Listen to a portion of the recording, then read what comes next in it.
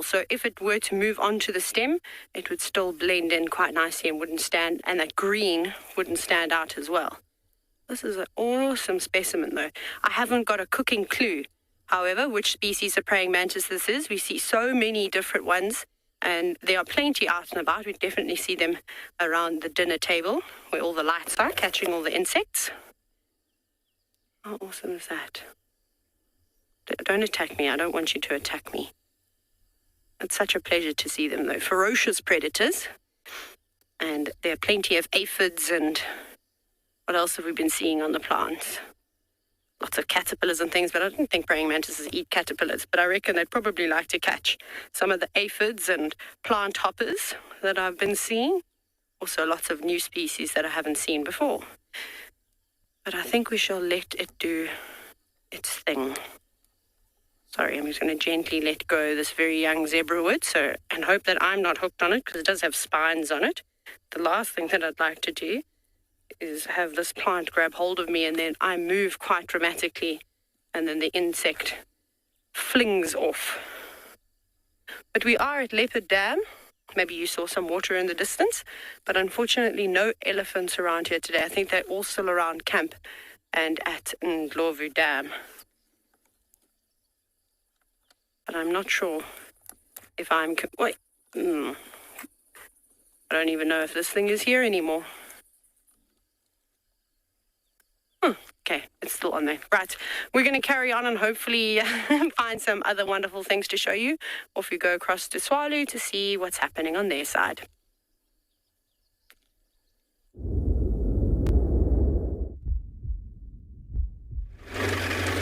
Okay, welcome back on board here with myself, BK, and Josh.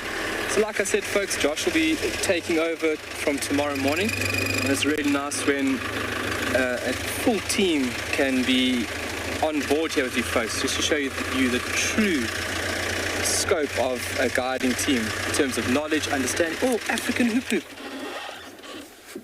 Well, we don't see that a lot. You got it there, BK? Oh, there it goes. And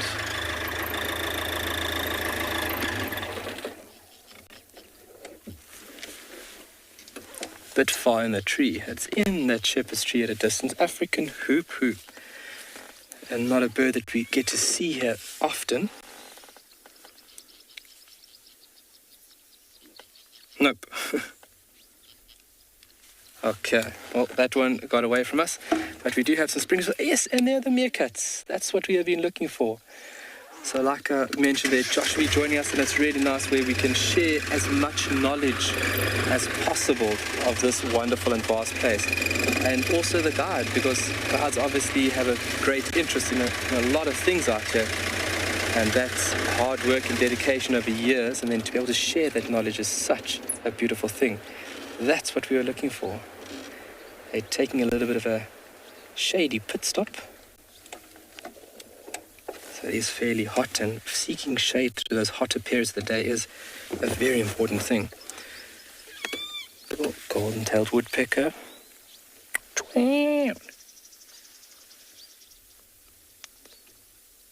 So seeking a bit of shade like this provided from trees is a great thing, but they can also seek refuge, and especially through those hotter periods of the day, even going underground where the temperature would be fairly cool and consistent. But standing out like this and keeping vigilance to a very, very high degree is obviously very important, as we've seen over the past couple of months.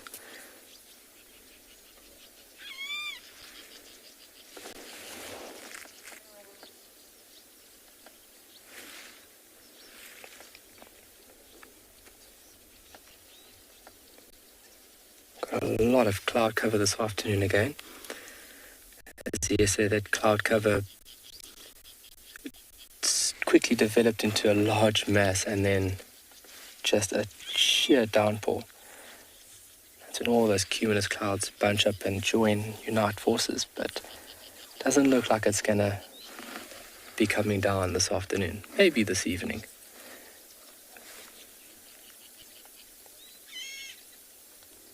That golden-tailed woodpecker.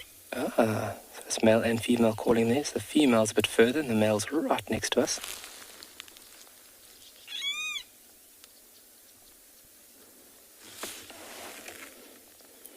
One of the larger woodpecker species that we have here.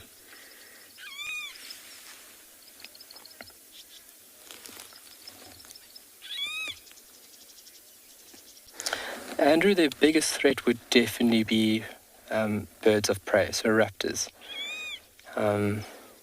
Snakes would also be a threat, and things like rock monitor lizards, but birds of prey out here is definitely one of your top threats.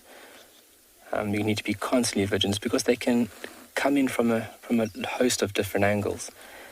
And through the longer grass you do have African wildcats and small spotted, but birds of prey out these midday periods are definitely a very, very big threat out here. So pale chanting goshawk being our most prominent raptor on Tswalu. We've also got one or two eagles that come through every now and then. So you really need to be on your game out here. So where they forage, they tend to forage in fairly open areas. So it's only when you're crossing a thick area that you could get caught by an African wildcat or a smaller carnivore. But raptors can be very clever at times. We could see the speed the other day of that Lanner falcon. I mean, that's lightning quick.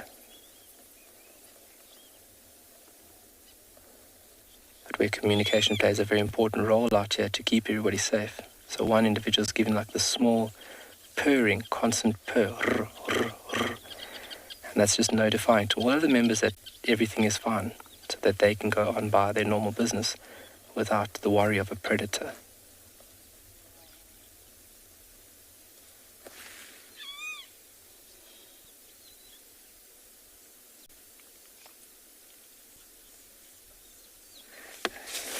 Now the one on the right is eating something there. It might be eating armored ground catadid. So I've been finding that the juveniles or sub-adults actually eat just the abdomen. And the adults that have been around for a while, they consume the whole animal. Yep, the one on the right is definitely eating an armored ground. Oh my word. Can you get in a bit closer there, BK, by any chance? You see that, Josh?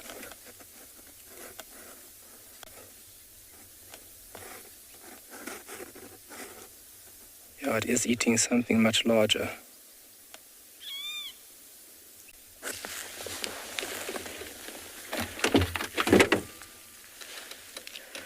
So we can't see 100% what that meerkat is consuming, but it's larger than an insect. And the body mass does look very pinkish.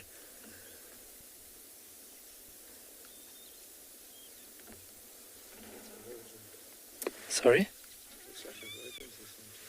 Okay, so Josh has got a little bit of height over there, and he says it looks like a rodent. You can see how that individual is not sharing a single piece.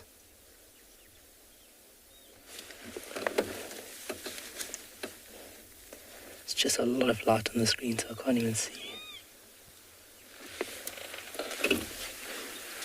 But what I'm actually going to do, just to confirm here, so with these individuals, they obviously are relaxed with our presence. BK, I'm just going to get off the vehicle very quickly. And I'm just going to go and confirm, because that looks very weird. And with these animals, obviously over the time that we've walked them and been close to them, they're not too bothered by our presence, but I want to know it's eating. Good.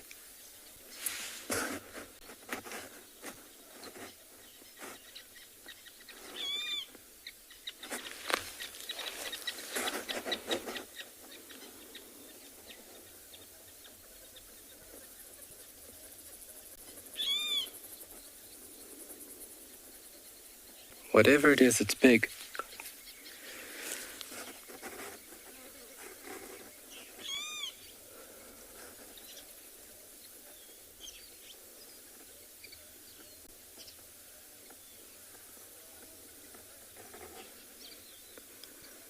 I really can't make out clearly what it's eating.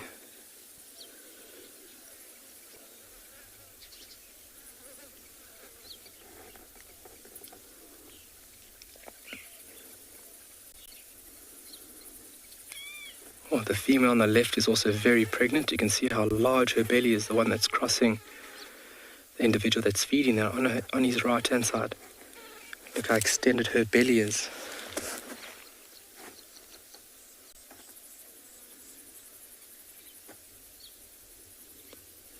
So if there's any remnants left behind, we're going to have to look at what exactly it is he's fed on.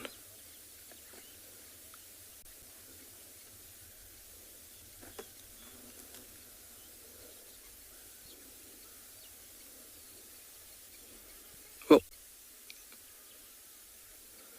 wow.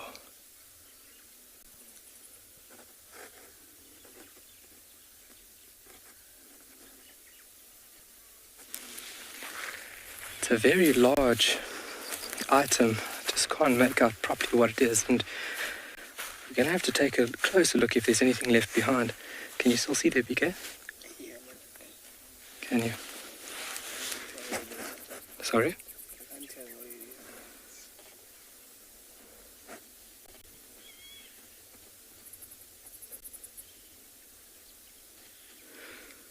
So obviously, like we've seen over the past couple of weeks, these animals mainly eat insects. A small reptile every now and then, legless skink or gecko, it's not uncommon. They are carnivores, so taking a rodent and see why not, but that looks large.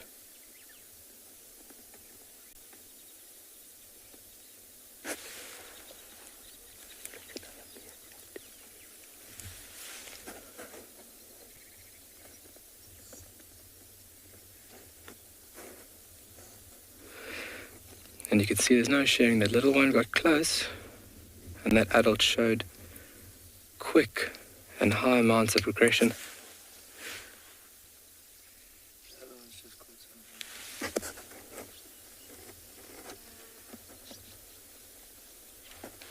What is it caught? It hasn't caught, it's a piece of. Okay, let's move up there quickly, folks. Josh might have seen something that would give it away. It might be ground squirrel pups. And you can see these animals are at this burrow system. So they're eating over here somewhere. There it is there.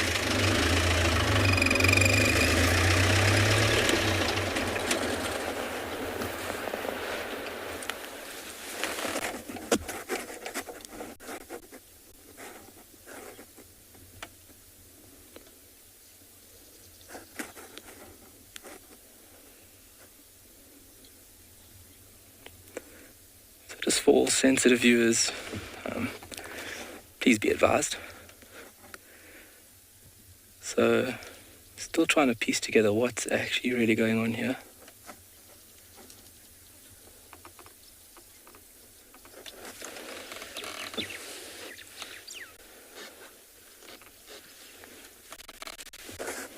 Wow. That looks like a full-on adult tail of a ground squirrel. See there? Oh my word. Oh my word. Okay, so this is the very first.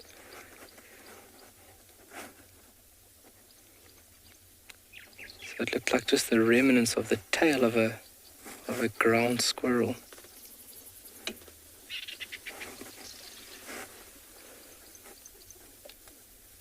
Yeah. That is definitely the remnants of a ground squirrel. Oh my word.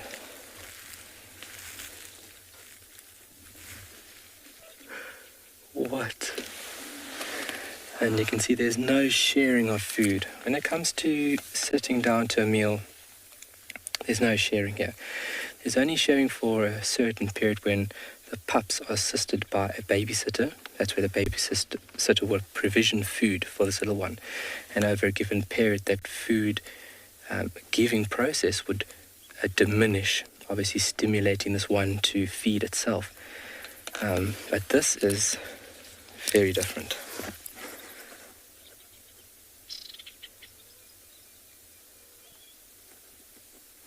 You can see the tail. That's definitely the tail of a ground squirrel.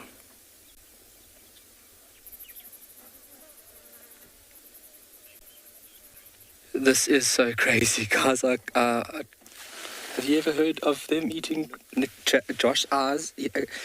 His eyes are huge. Let's just say hello to Josh, maybe quickly, everybody. Okay, wait, maybe let's do it later. We've got something quite crazy now. Sorry, Josh. I'm running ahead of myself here, guys. I don't know what to think right now. So Josh's eyes are also extremely large. I've not read of meerkats killing and consuming ground squirrels. But we're all together in this and we're all seeing the same thing. So initially we thought it was a pup because there's a burrow system over here that looks like it is being inhabited. But the tail length here, that is an adult. So maybe there was a bit of confrontation, a little brawl, and things just kind of went south. Or did they actively kill it? I mean, wow.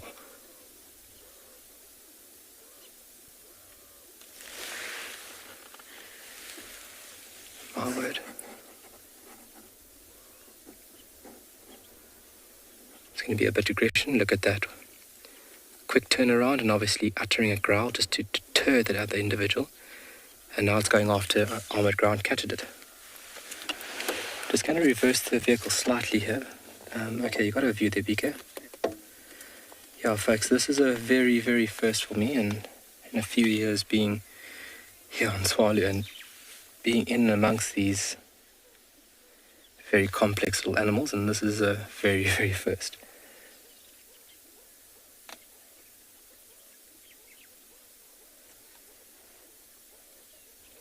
It's like one of those times where you'll tell a guide, this is what happened, and then he would ask you, where's the footage? Well, one of those crazy moments where you wish you had your camera, or wish you had recorded it. But that's the beautiful thing about being out in the bush, is that every day you're going to be surprised by one or other elements within nature. We're going to suss out a little bit more what's going on here. We're going to hold position, but let's send you quickly over to Taylor for an update.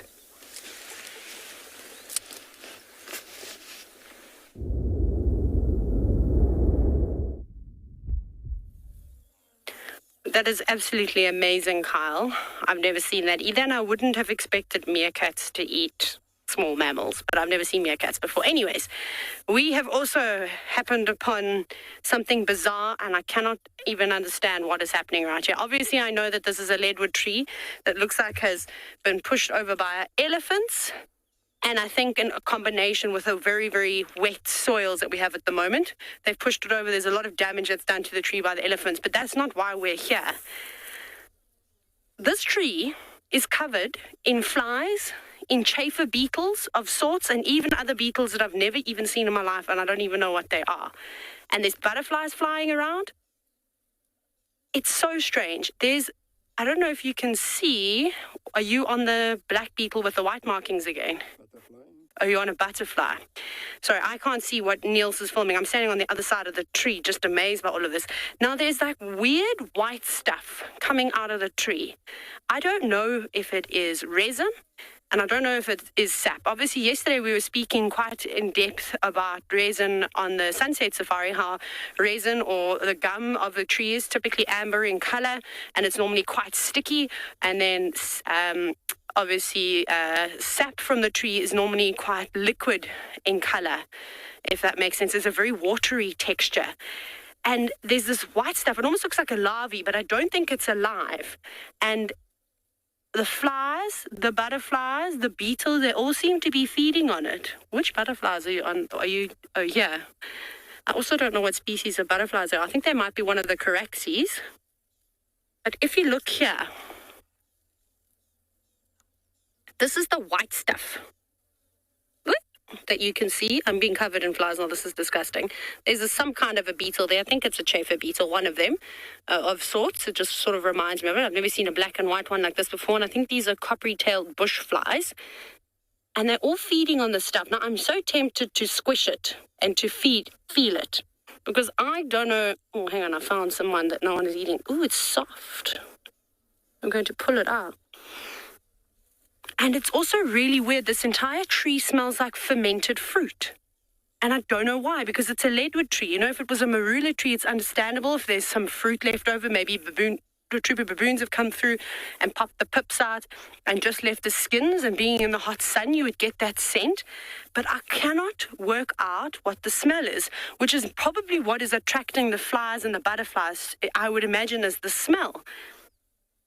Now, when I smell the tree, it doesn't smell like anything. I've now pulled a piece of the stuff. I don't know if you can see it in my hand. I'm just going to try. I don't want to tilt it. It's not sticky. It's gooey, but it's not leaving a residue on my fingers like the resin of a tree would, which is really interesting. And it doesn't smell either. So I'm very confused as to what is actually happening here. But I really do think that the scent of rotten fruit is drawing all these insects around here. Then, Niels, I'm going to ask you if you wouldn't mind coming around this side. Niels is going to have to do the long way around. You might have to go all the way around the lead, which you're going to see how he's going to have to navigate through the bushes now. Oh, watch your antenna. Okay, there go all three antennas. Oh, no, they're back up again. No rush. You can take your time. I promise the beetles aren't going to go anywhere. But this way you'll get probably nicer light. No, don't go away. Let me just move this for you. Look at that thing. There's another really big beetle. It almost looks like an acacia click beetle, but it isn't an acacia click beetle. It's the wrong color. This one is black in color. It's got a very long carapace, and it's almost got feathered antenna. And I can't think of what beetle it is. I don't know if it's a wood-boring beetle. It doesn't look like it's got particularly big mandibles. I can't see any like massive pincers or anything like that coming from its mouth. But anyways, it's all very strange, and I think you can hear all of the flies moving around. And then one last thing I want to show you, just because this is such an awesome thing to see. On this blade of grass, which I've just spotted, you might be able to see a little bit of a creamy color on the seeds of this grass.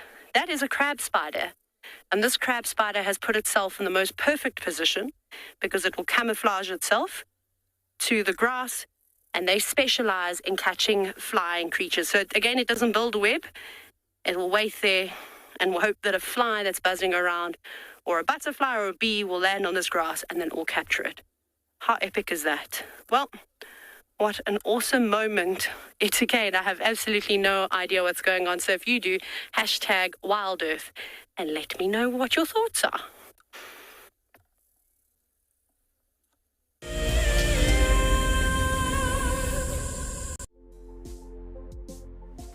On the 27th of April, WildEarth will be turning 14 years old, and we wouldn't be here if it wasn't for all of you.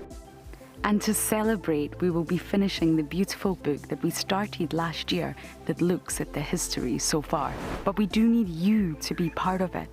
Please submit your most memorable sighting, or what WildEarth means to you, or even just your name and a comment to be included inside the book.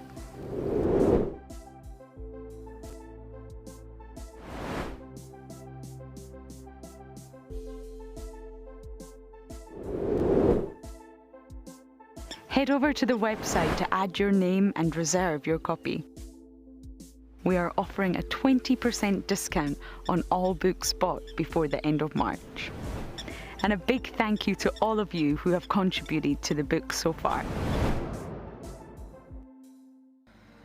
WildEarth explorer Jenny recently joined Tristan as he broadcast live from Djuma. Awesome to kind of have a guest on board. I'm looking forward to this. This is Jenny. Hi everyone. And Jenny is the first of our Ticket to Dream holders.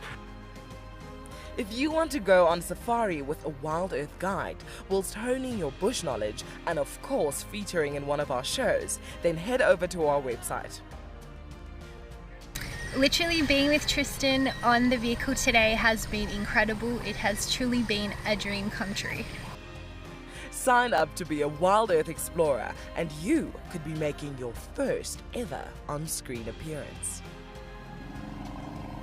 I would highly recommend being a part of the Explorer program and being able to be a part of an interactive live drive.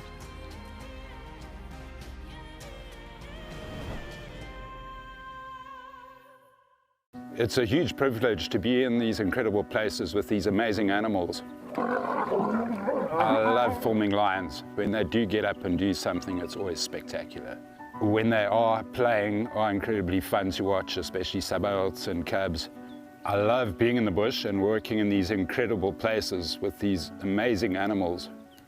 We want to bring it to you so that you can almost feel like you're right there and be able to experience it and enjoy it the way we do.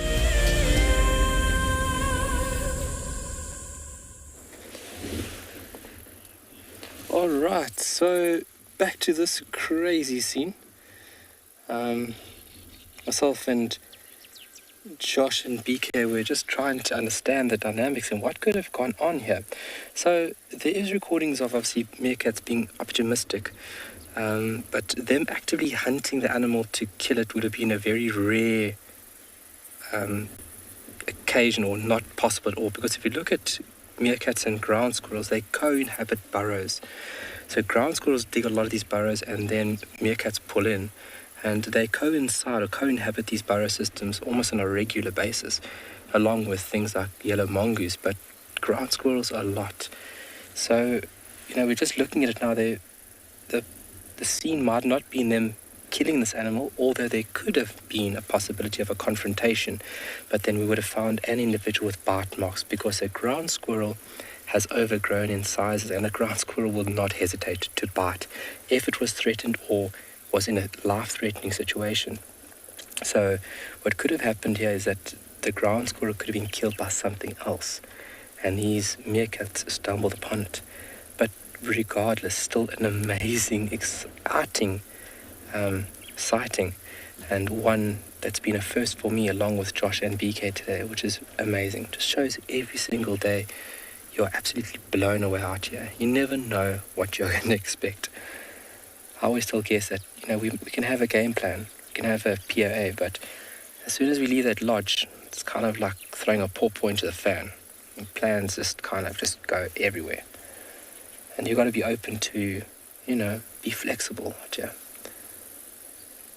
Oh my word.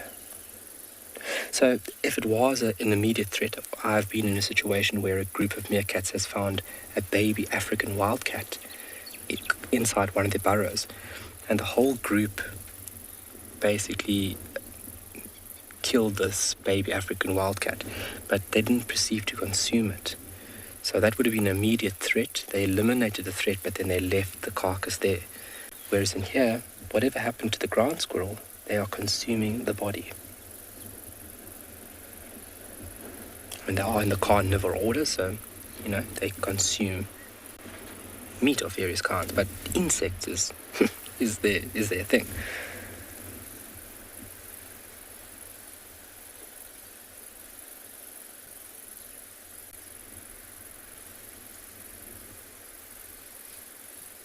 But regardless, shows you're just learning.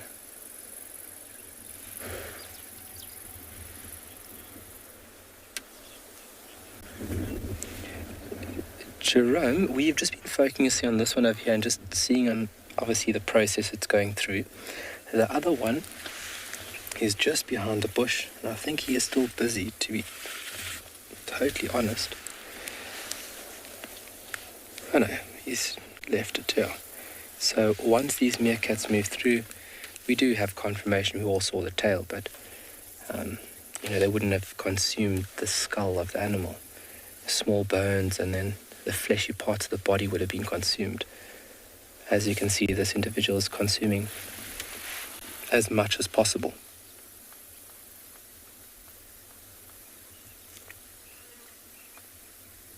You can see he is using those premolars to cut and shear through that tougher part.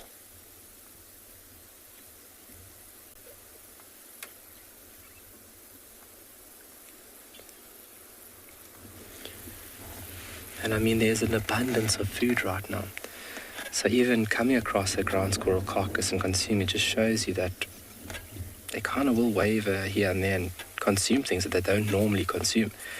Just showing you that when opportunity presents itself, as I've always liked to say, that an organism will seize it. It's not like, oh, I'll just go back there later and consume it. It's not like walking to your kitchen and going to the fridge. Out here, it's an opportunity. You've got to grab it and run for the hills, because you never know when that opportunity is going to present itself again. And when the good is going, you might as well just go with it.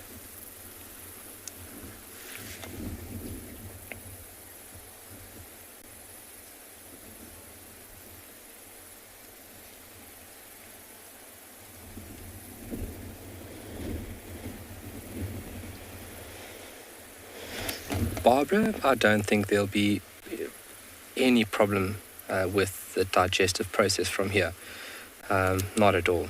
They are carnivores, so their digestive tracts are modified and designed in a way to consume protein and various other elements. So if you think about insects, chitin is a very big thing. So the consumption of other organisms is not a problem. So consuming a bit of meat like this over here, like I said, they will also go for a legless skink if they find it, a gecko. So really no problem. You might just have a little tummy cramp later, just the amount is consumed. Of course, when you look at a meerkat, when it is busy foraging, 30, roughly, on a favourable period, 30 prey items within an hour they can consume. And we suddenly have a bit of wind, a lot of cloud cover, and it looks like they are moving off a bit further. Let me just reverse for us, PK. Sorry, folks, let me just reverse for us so we can get a clear view of what's going on there. But really special to be able to sit. Sorry?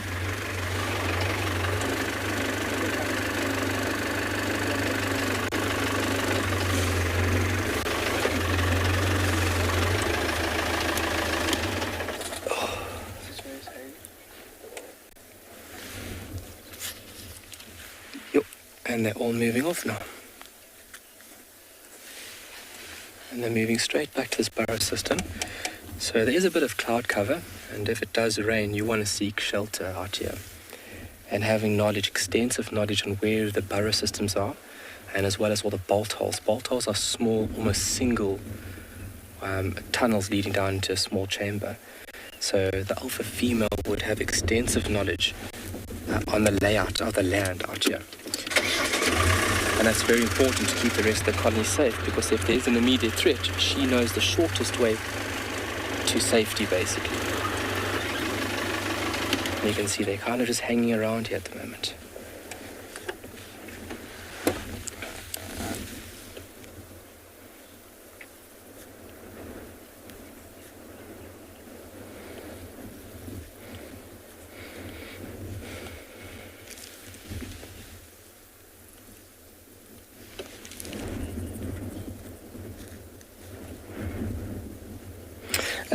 Damien, I highly doubt that.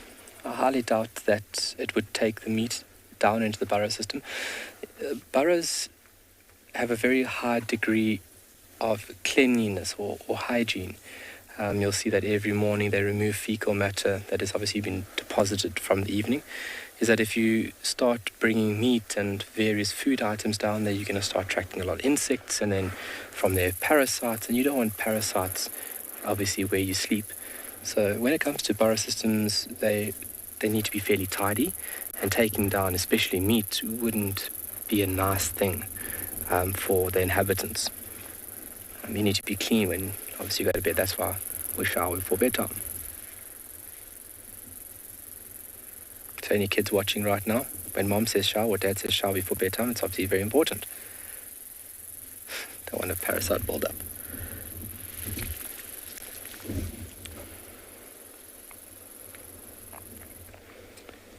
Okay, it looks like we're going to continue the foraging for the afternoon. And we notice that that female, the alpha female's tummy, look at the baby carrying the part of the carcass there. On the far right-hand side, BK. Go right. There we go. That little one's dragging and it's actually having trouble moving.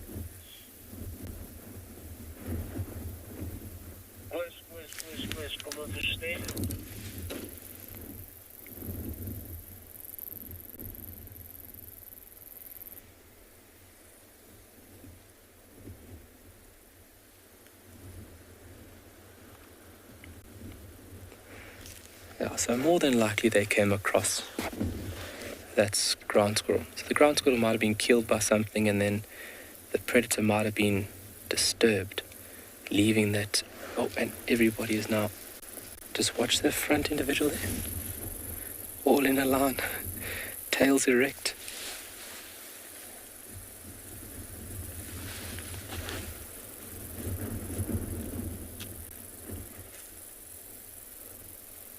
Looks like they're going to go straight back to a larger burrow system now. You can see progressing up or forward, and then making sure that the area in front of them is safe and sound.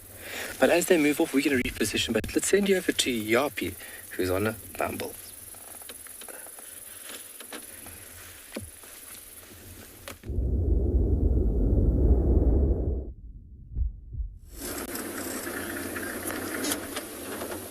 So, we are still looking for those lions, and we haven't had much luck. But what we have been getting quite a bit of this afternoon is amazing scenes. If you have a look, you can see that wildebeest looks quite content. Notice his mouth moving. It stopped now, but give it a little while. There we go. It's just swallowed the ball of cud and now regurgitated it again. And then if you look at the grasses all around them, you'll notice that it's moving. Now, normally, the animals would be laying down chewing the cud, at least during the heat of the day. So why he would be standing, I guess, would be that he is trying to cool down a little bit with that breeze coming through as well.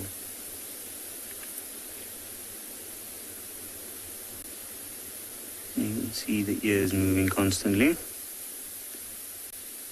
It's only one that I've noticed. More than likely a male or a territorial male. He's probably got this patch of ground that he marks not far from where he is, or maybe a couple in this area.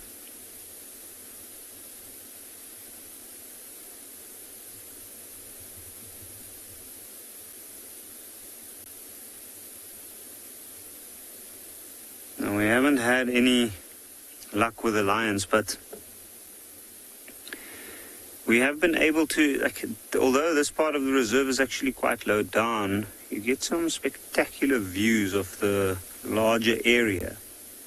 And you can actually literally follow the clearings all the way with your eye from here.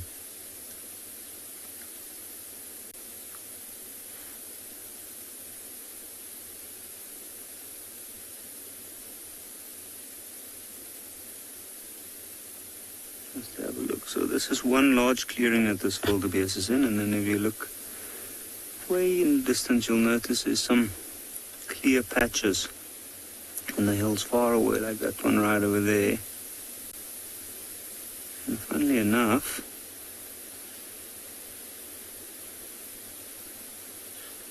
I'm pretty sure, and I've often wondered, but I'm pretty sure this is how some animals navigate. If I was a cheetah moving through this area, probably see this clearing here, notice the necks, and move across.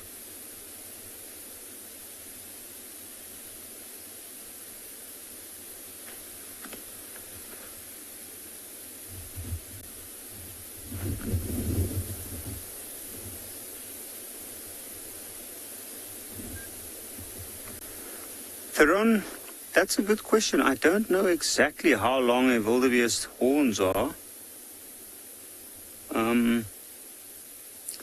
I think it would vary, or it would be different from one wildebeest to the next. And I haven't had the the fortunate opportunity to measure horns myself.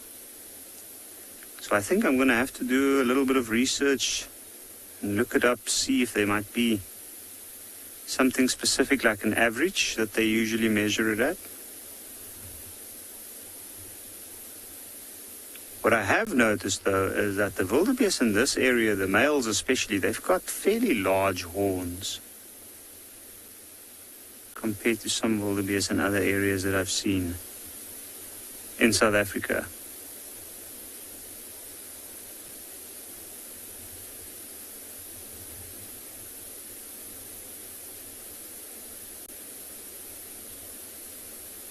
It is a spectacular afternoon though, and this breeze coming through is really giving us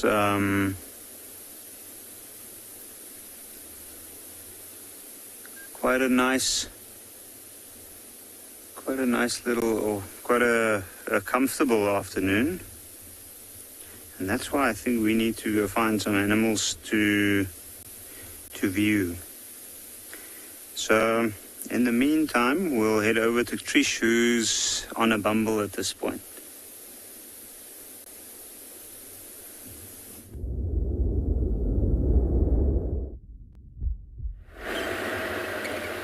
So we've been driving around Chitwa.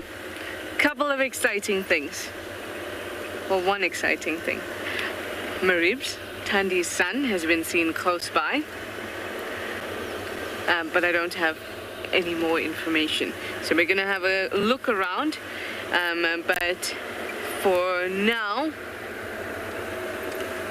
well, we've been checking quite all over the place basically, but for now we're gonna actually just park off at the dam and sit and listen for a little bit, because more often than not, what does it do? Those patience pants are great, because when you least expect it, something shows itself. I've had to tell myself that I can't be everywhere at once. So that's the problem here. Like, oh, if I take this road, but what if it's on that road? You know, all of that. So I can't be everywhere at once. So let's take a moment to pause and just look at where we are. And then hopefully later this evening we'll be able to see Marib's, determine where exactly he is. He's on the Torchwood side, at Chitwa side. It's just that there's lots of vehicles around there at the moment, so we can't get in to that area. But we will try very, very hard.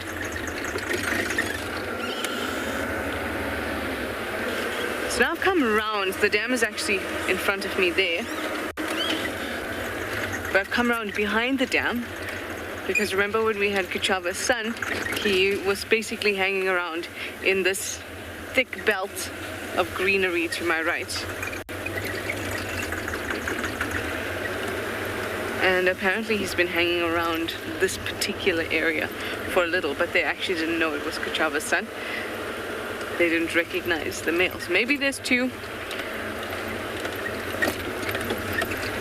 And then there was also mention of a 2-2 male that was not Sibui's son that was around here. So lots of possibility on Chitwa, and lots of males on Chitwa, which is nice, because on Djuma it's majority females, except for Mulwati that we never get to see anyway. And Nhlangula, more to the north, Tingana, basically all over the place at the moment. But no other males. While here it's Kuchava's son, Tandy's son, Sibui's son, and possibly another male that we don't know. That'll be great for the future of this area reproductively for the leopards. Charles, you'd like to know if I have ever had or watched a snake-leopard interaction?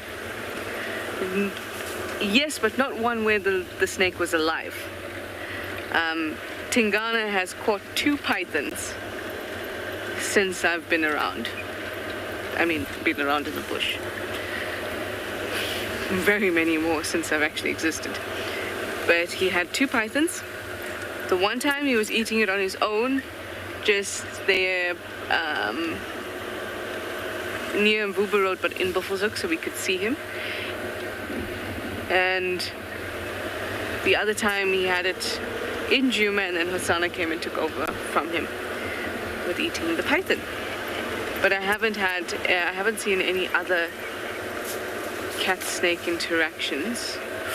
There was the one, I myself unfortunately didn't see it, but it was an interaction between, I think it was Thandi and a snake, and it had grabbed hold of a raptor. I can't remember what it was, but the raptor had actually, I wonder if it was Tamba or Thandi.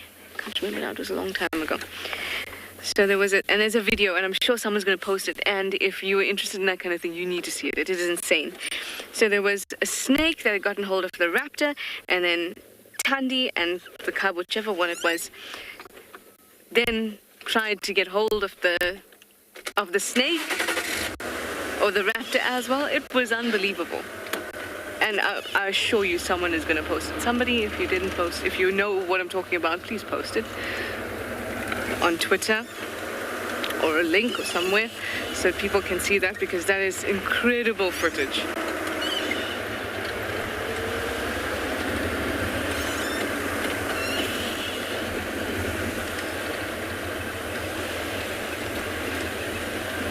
I must say I've seen snakes around, but not very many interactions with snakes. All right, we've come around finally the long way to the dam. Let's get up onto the dam wall.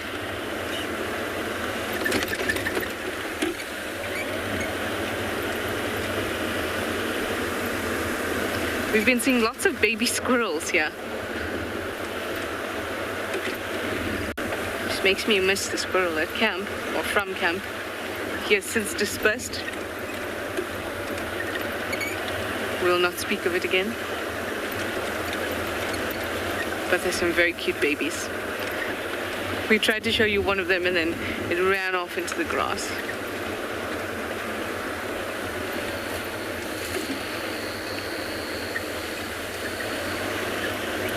Oh, the beautiful Chitwa Dam.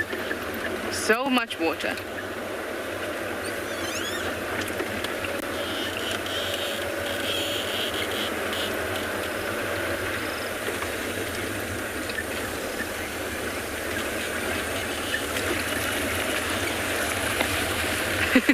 Now I see leopards everywhere when I'm on this dam wall.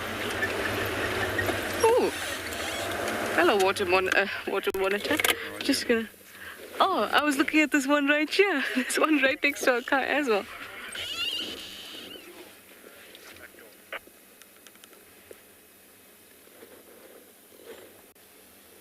That's so cool.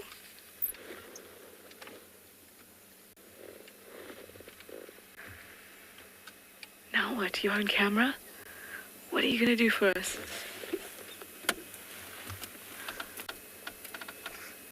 That's a good sized one. I think the one that we saw at Twin Dams the other day was possibly larger. Oh, Johan, the one in front of us is now moving. I love watching them move. Oh, and as soon as I moved, Johan, the other one started moving too. Oh, I love it. Like a Komodo dragon.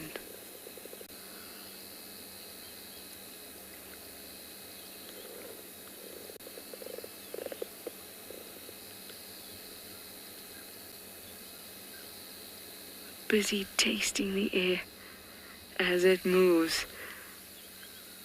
They have a vomeronasal organ like many, many animals, or Jacobson organ, and that means that it can amplify the chemical signature of scents in the air. And the reason the tongue is forked with reptiles is it gives them an even better sense of smell, because if it's forked, it means they can easily tell direction. And that direction will give them plenty of clues as to where some food would be. They'll know either it hits the right part of the fork or the left part of the fork more strongly. And that's actually very, very helpful. if you have a strong sense of smell. If you don't, like us, then we just look a little bit strange. We'd just have an ornamental fork. It would probably not be of too much use.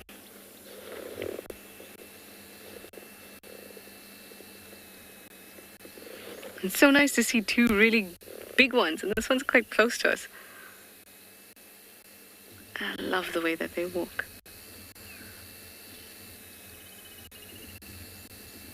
So these water monitors are a little larger than a rock monitor, a little bit longer. But I've said to you before that there's such a discrepancy in their weights. They can weigh, as an adult, they can weigh anything from about 1.5 kg to up to 15 or 20 kgs, depending on so much. And depending on the quality of the studies done on them, to be quite honest.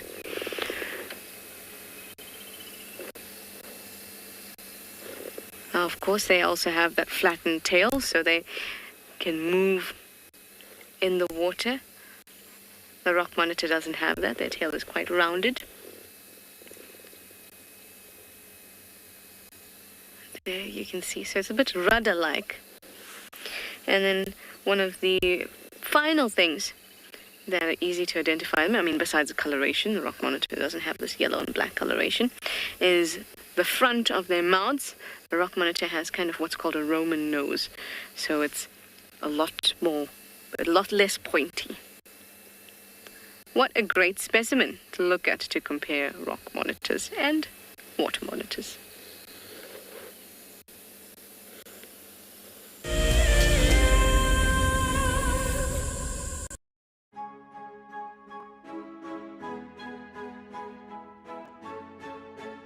Hi, my name is Damon and I'm a guide here at Pea Private Game Reserve. Join me and our resident ecologist Craig Sholto Douglas at the fireside on the 21st of March for a discussion on 2 of our conservation projects. In early 2016, Beyond was faced with the fact that without some serious intervention, our rhino population could be in some serious trouble. And so a decision was made to start a rhino dehorning program. Sadly, the fastest mammal on land, the cheetah, is also racing towards extinction. The Ambient Pinder Conservation Team has been working on a project that aims to increase the genetic integrity of cheetah in protected areas around the country. Sign up to be a Wild Earth Explorer and join us for a lively debate where we'll answer as many of your questions as possible. Our lives are dictated by alarm clocks, traffic jams, constant multitasking, and countless distractions. The wilderness is where many of us feel the most human. On a bushwalk, we become part of the natural landscape. As you step off the vehicle, everything comes alive.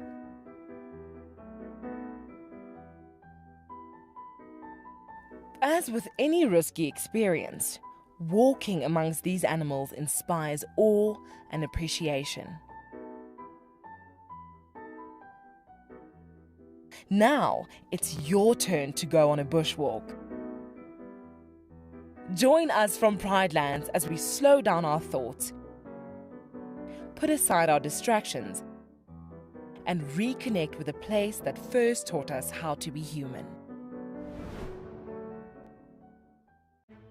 Hi, my name is Tristan Dix, and I am a guide here at Djuma Private Game Reserve for WildEarth. We love connecting you to the African bush, and we always look forward to all of your questions. If you want to ask a question on WildEarth, you'll need to register on the website. Once registered, go to our live safari page and submit a question below the live feed. Catch up with me on WildEarth.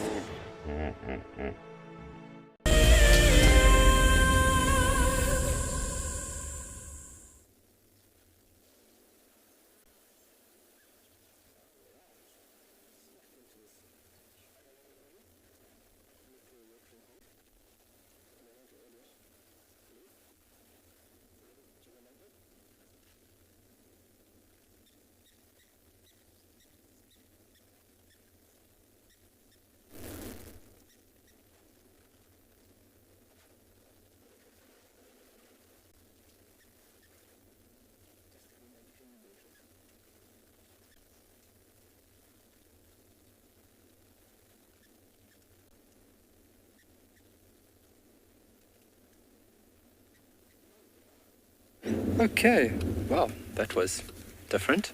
Sorry about that. We've just snuck into this little watering hole. I was actually giving you guys a little bit of a tranquil setting. Ah, there's an abdom stork. There's two of them. Sitting sneakily. Only now that they've moved, I've spotted them. Got them. BK's already on it. It's almost probably like old news, Carl.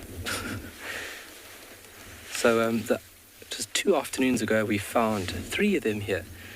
And myself and BK sat here until just before sunset. And these birds actually took off and they headed in a southwesterly direction. So showing that they didn't stay here the night, but went to another spot to reside at. So the source, or the food source of here might be good. Although that we have spoken about them, they eat predominantly crickets and grasshoppers, and with the abundance of the ground katydids right now, they've got an abundant source of food.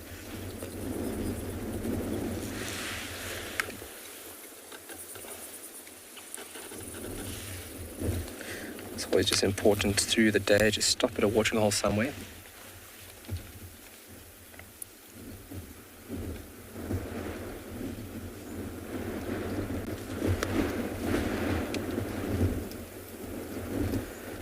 And it's when you see things that you don't just see on a day-to-day basis.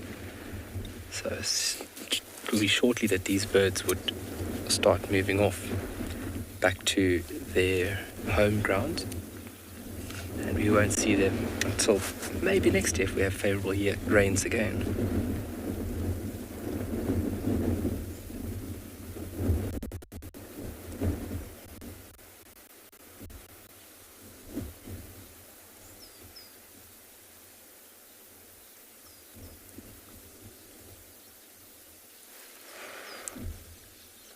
And there was a giraffe in the background, but it seems like he's moved off.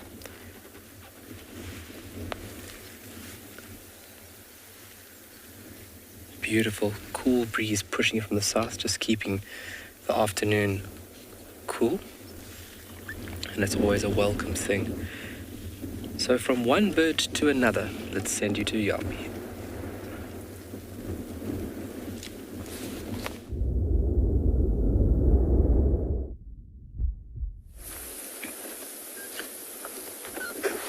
So, we haven't been able to find lions basking in the sun, but we've come across a southern ground hornbill on top of what seems to be a dead knobthorn. In fact, I'm not actually sure. But that bird sitting with his back, you can see the shoulders or the wings are slightly opened. Sitting with his back straight to the late afternoon sun, and it was actually calling just now. And I'm hoping that it might call again.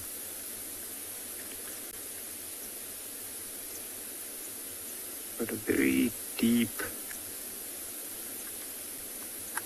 low rumbling call, almost similar to what a lion's call might sound at a distance. Not nearly as loud, but I know people have always been confusing the two.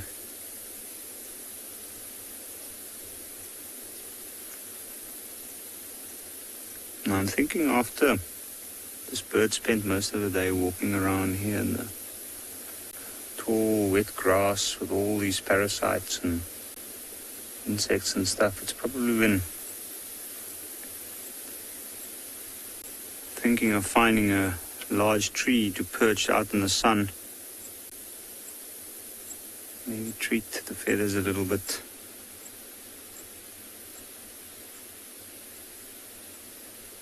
The fact that it was calling though makes me think that it's probably looking for some of the others, the rest of the flock, which I'm sure wouldn't be too far away from here.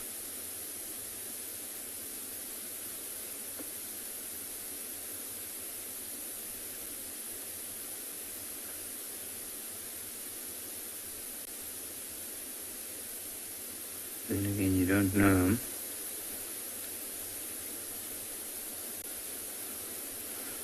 And the sun's slowly but surely starting to move down towards a huge bank of clouds. And it's a beautiful late afternoon light. It's falling on that dead tree. I think it chose a dead tree to sit on mainly because it's so open. It's easy to get up there. If you look at the contrast of that tree and the big marula behind it, can you imagine a big bird like that trying to get into a tree with thick foliage like that? I think it will be a little bit tricky, if you ask me.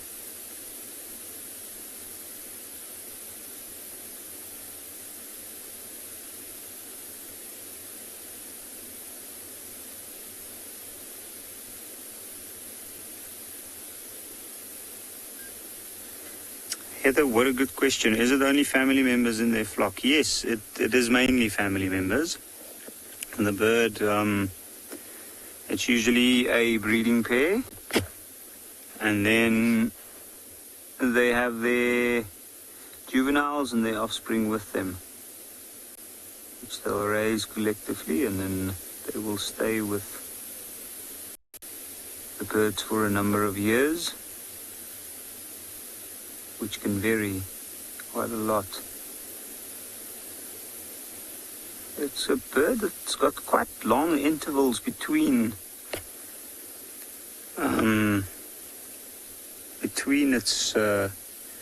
its clutches of eggs and between raising young.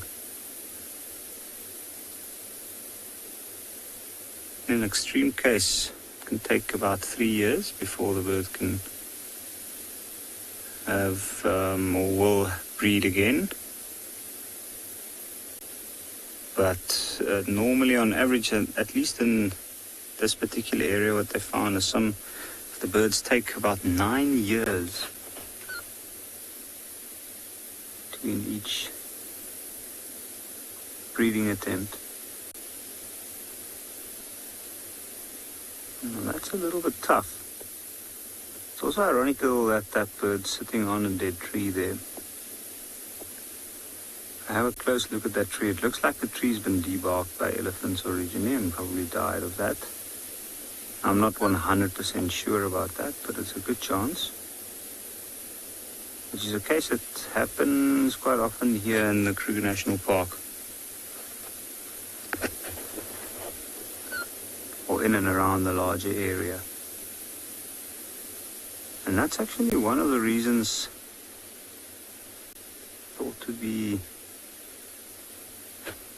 thought to have a huge effect on the numbers of these birds. I remember as a young boy coming to the greater Kruger Park area, we used to see quite a number of them next to the roads. They were walking everywhere in flocks of 4 to 5 to 6. And actually a few years ago when I started working in these parts, I markedly noticed that there's not a lot of them left. You don't see them as often. And only in the last 2 years really have we been starting to see some breeding pairs and flocks here and there on Ngala. And I do know that from recent research, they have noted that the numbers have increased in the area.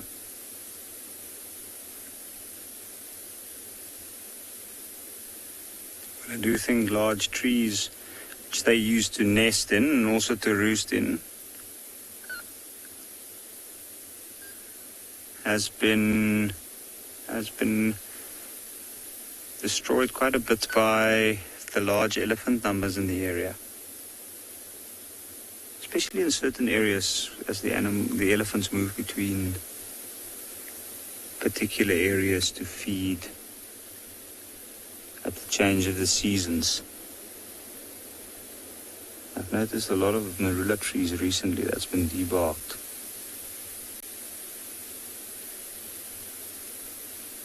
which is inevitably a death sentence to the tree itself. It's amazing how intertwined everything is. Just a bird sitting on a dead tree like that.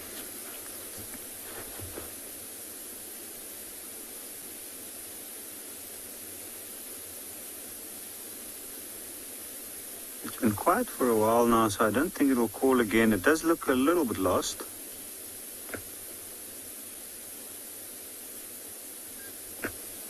Ian, do hornbills have a selective diet? I guess it depends on which hornbill you're talking about, but for the ground hornbill, they are not very selective. They pretty much eat anything they can catch and eat.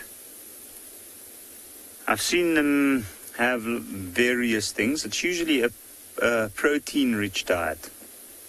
I've seen them eat snakes, seen them eat terrapins, seen them eat tortoises, seen one eat a mouse, lizards, frogs. I've even watched two in a clearing very much like this one. I remember the one was, they were walking on the ground and they spooked a hare from under a nearby shrub, and the hare bounded away for its life, and one bird flew over and then keep chasing the hare, and the other bird ran behind it, and it was literally trying to catch it. It was actually actively hunting it, if you ask me. It was very interesting to see. I don't know of anything other than that's been recorded, but I do know that a few years back on Ngala, it was witnessed how 4 of them pecked a baby impala to death and then ate it afterwards. Now that's also quite an interesting sighting.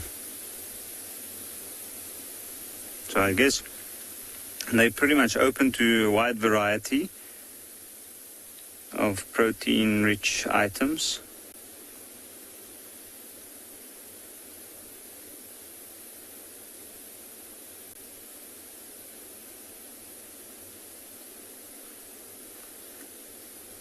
But who wouldn't want to sit on a beautiful spot like that in the late afternoon?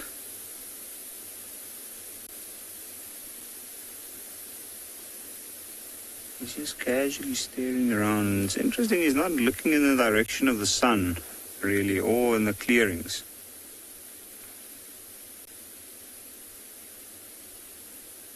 Maybe it's just the one catching or trying to burn off some parasites. The others might be nearby, we're just not seeing them at this point. They do on occasions fly up into the nook of a tree slightly lower down, just below the main tree line, or just below the main browse line.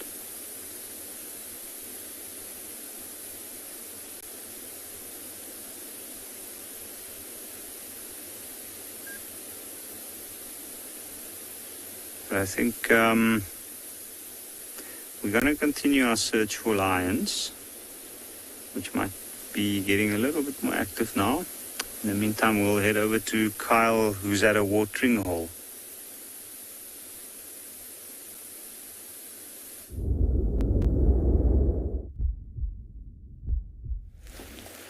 Okay, we are just still sitting tight at this watering hole and enjoying the shade, and we're just making sure of our surroundings, just making sure there's nothing that's going to pop out here. That's also why it's very important when you do come to a watering hole, you know, if you are having sundowners, that you do try and keep it in check with the bush, because you don't want to be making a noise here and enjoying yourself, but you're here for the viewing of the game. That could potentially scare off things. But if you're having a good time, you're having a good time. I like to keep it kind of hush-hush when at a watering hole. I also just don't want to be unnecessarily disturbing animals as well.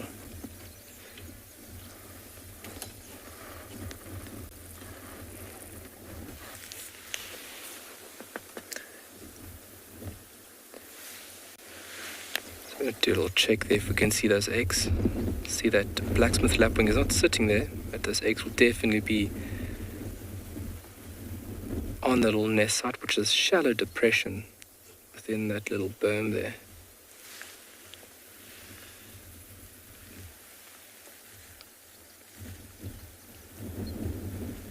can see the overcast conditions that all these clouds are building up quite quickly. And I think somewhere along the lines we're going to get a little bit of water.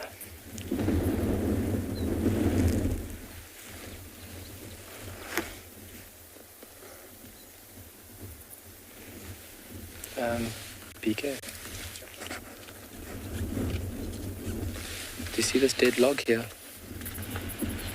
There's a stone, then a dead log. Just to the right of the log, there's a butterfly, an African monarch. It's sitting there. It's just flapped its wings. A lovely butterfly sitting at the water's edge. You've watched... Oh. He's camera shy, folks. It's a beautiful African monarch. You do have one or two other species that mimic this specific species because of its toxins, its alkaloids that it possesses. In its larval stage, it'll feed on a plant that holds a certain toxin, and then obviously from the consumption of it, it then holds on to or possesses those toxins or alkaloids. It's a very amazing plant called Hoodia, and a very, very striking colour scheme. They're showing you that I am potentially dangerous. But then you have other species actually mimicking. Just come here, PK, you're on the ground, look at this bee. Is he digging a burrow right here, just tomorrow 1 o'clock? You can just see the abdomen coming in and out the hole. Yes! Look at that. I think we've seen this species before. That's the afternoon that I had 4 or 5 different wasps and bee species on my leg, and that's busy. Wow, look at the abdomen. Beautiful rusty abdomen around the sides. The central part black, and then that white, almost thorax section. Look how the wings tuck up nice and tightly over one another. Looks like it's excavating a burrow.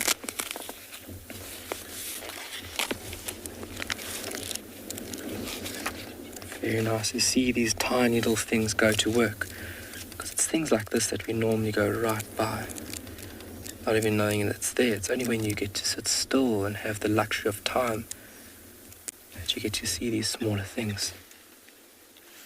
It's going to come back. Oh, and it's gone. All right. It's back. Oh, pick on somebody your own size.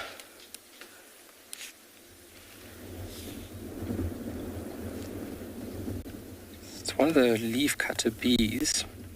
It could be the red-tailed leaf-cutter bee. Looks like one that fits the description. Very nice. But while we suss out who that could have been, let's send you over to another watering hole.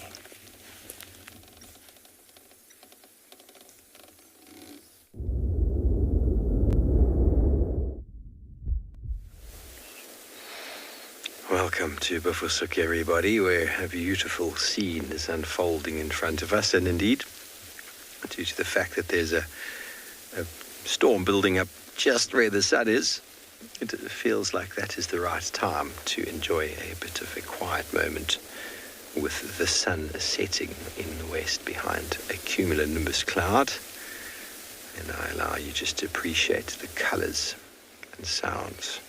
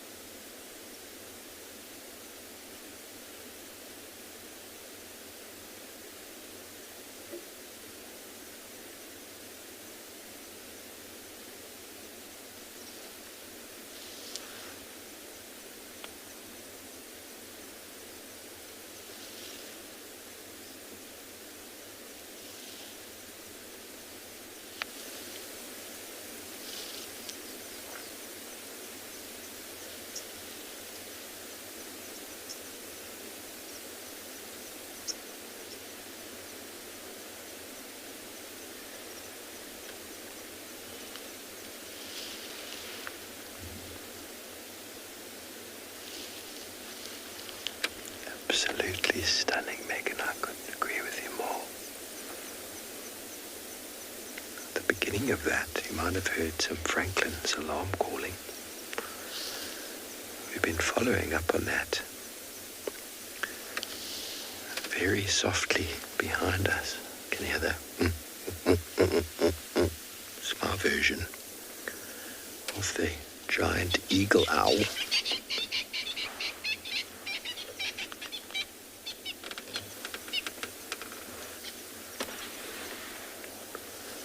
I think they're trying to do some early hunting.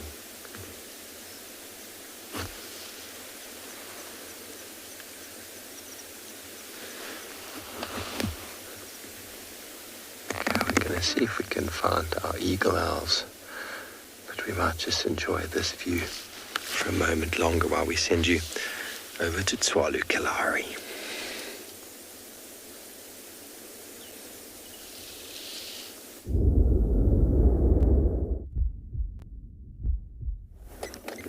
Alright, using the calls of birds, obviously like we've spoken about, very efficient way of locating birds. Sure. A little bit easier than trying to get onto this bee.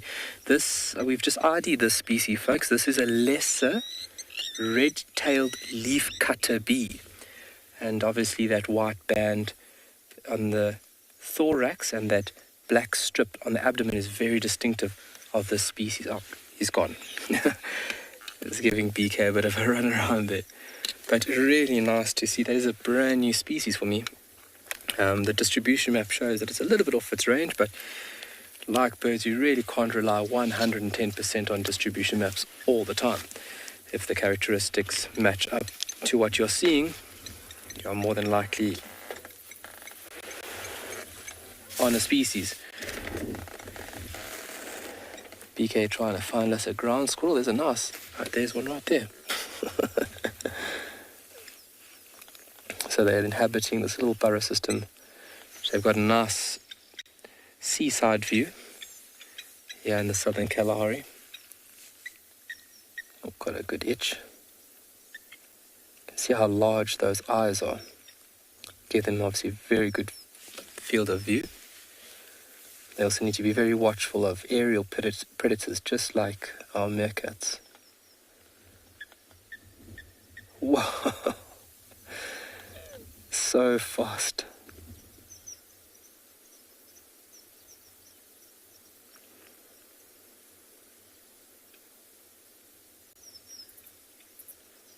There was another one there, Beaker. Playing hard to get.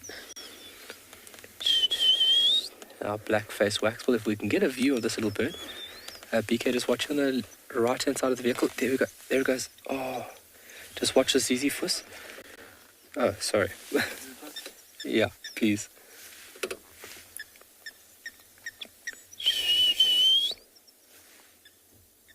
So there's a little ground squirrel that was hiding from BK. Blacksmith lapwing coming here with a bit of aggression.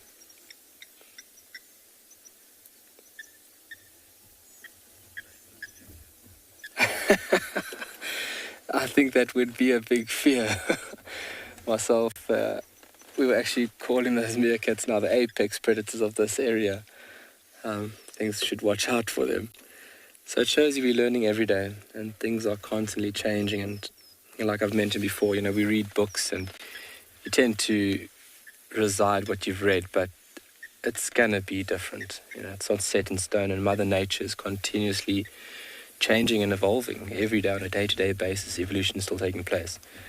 Even if it's on the minuscule level, it's still happening, biological even. But really nice to share that and understand that, that you've never seen that before. So something new. But these guys are a little far away from them. Well, not too far. They actually are within the territorial boundary of those meerkats. I mean, meerkats can have fairly large territories, depending on prey density, depending on vegetative structure, as well as other meerkats, external pressures. There could be various factors that could be taken into consideration.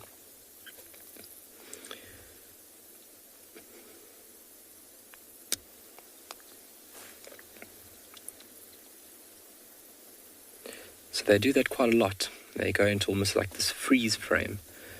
And I think it's just the animal trying to just take in everything and as much as possible. Because remember, predators' eyes are designed to pick up on movement, so the more you're moving around, the easier you're going to be spotted. So having these little gaps where you just stand or sit absolutely still, look, the animal has not moved. And this could give you the advantage of picking up on something before it picks up on you. But it doesn't have too much to worry about. It's right at its burrow entrance.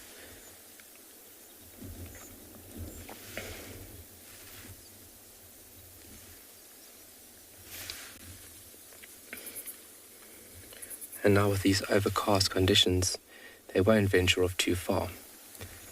And obviously being mainly,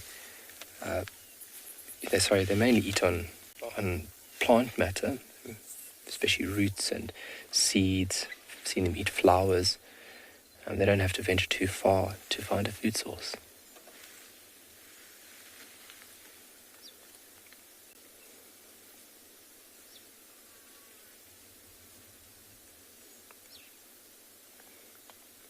It always reminds me of a little chipmunk. Its little blunt muzzle, round head.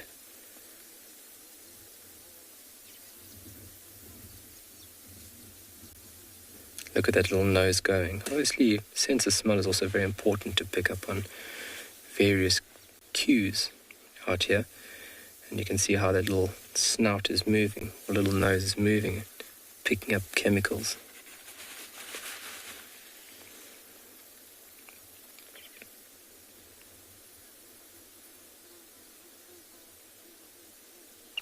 Also very important when it comes to finding a mate. Obviously checking their reproductive status and knowing when is the right time to court her.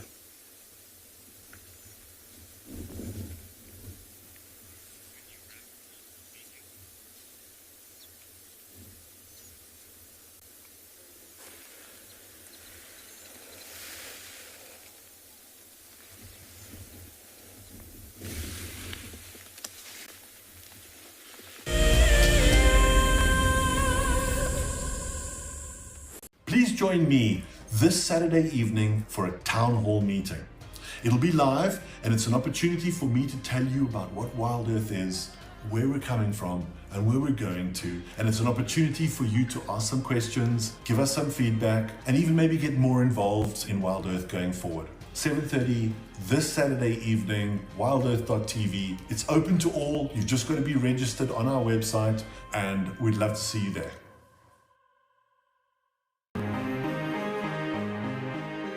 I'm absolutely delighted to have won the February prize draw for 3 nights for 6 people at the Djuma Private Game Reserve.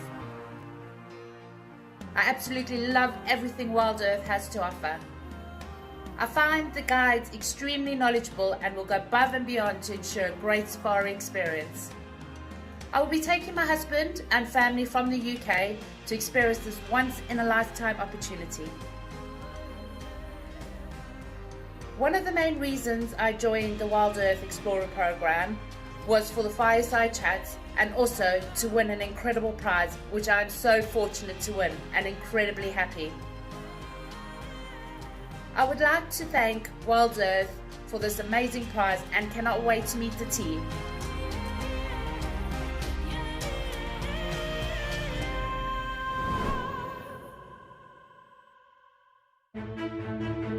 I'm Nikki here at Ambion Ngala in South Africa.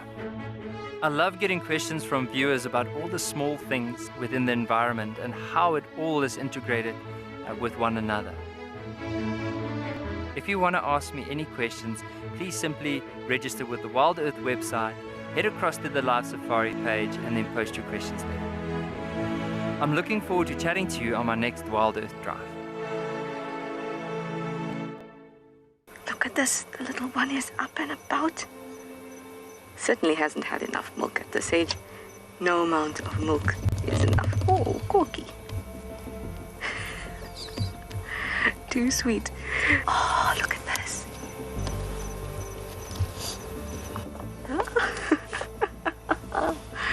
That is stunning. Tune into WildEarth every single day. It's in your nature.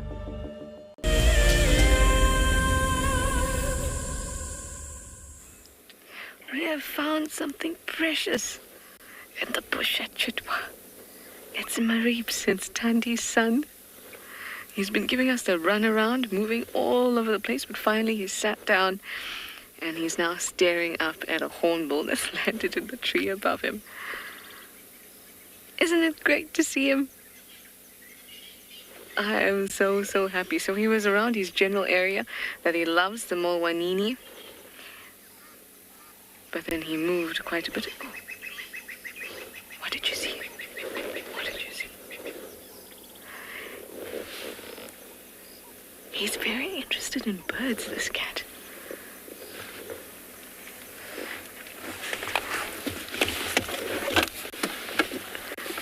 That almost looked like he saw his mother or something. I'm not going to move straight away, although it is quite open here, so it should be fine to be able to see what's happening, and I should actually be fine if I move for FC.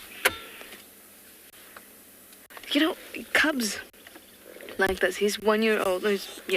He's one. Right, let's see if we can move. Should be fine. But see, cubs like this, they're this perfect age where they're still cute, and you can see that they're definitely a cub. But they're also very curious and inexperienced. So he snuck up on a hyena when he first found him in the mall.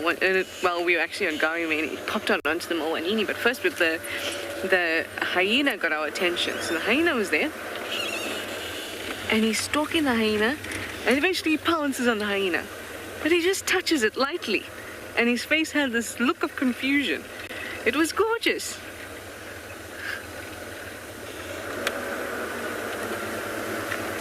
Look at him. He's so unsure about us. He has this strange thing happening where he's very curious about the vehicle. So as soon as we're stationary, he kind of wants to come past us and all of that, and we get very close to the vehicle. But as soon as we start to move, he gets very nervous. Of course, this is too cute. Look at him, looking like a big boy.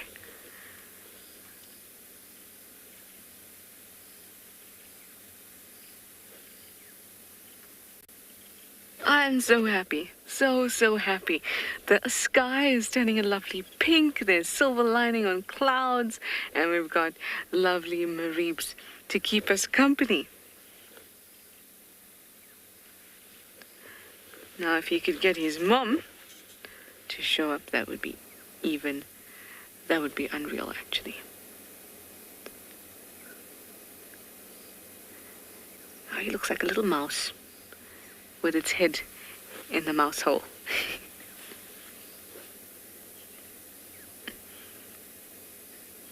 We can move forward. He's probably just having a drink there in the puddle. Let's try it and see if we can move forward. Are you happy? I'm happy.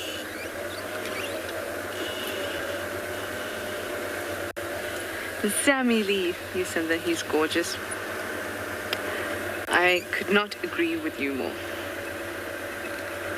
You're a good-looking cat, you. Yes, you are. I'm going to give you a bit of space because I know you. Okay, you want to walk?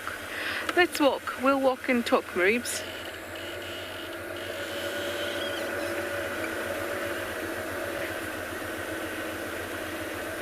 So curious. He was having a drink in this puddle just there.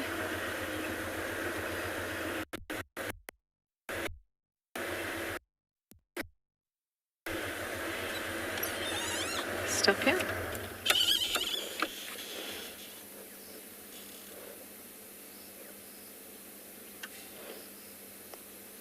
Very well hidden in that grass.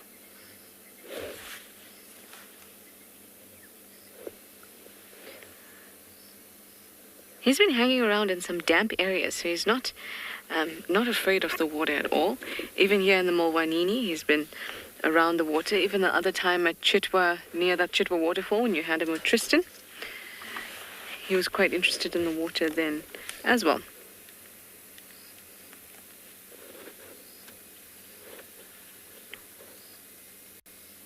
What a beaut.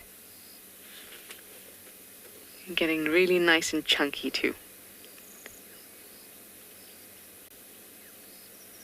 love the way he almost doesn't have enough strength in his tail yet, so it's just, you know, it sways as he walks.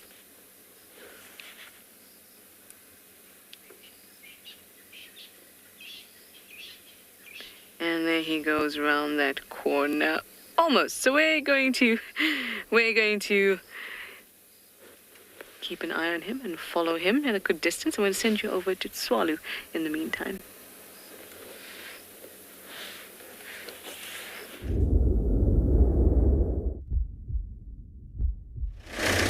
Lekker! Welcome back. We are meandering south of that pan, and we are going to take a little drive about. And we are going to go see what else we can find for this afternoon. It's obviously lovely and cool, with this very nice amount of cloud cover that we have over us.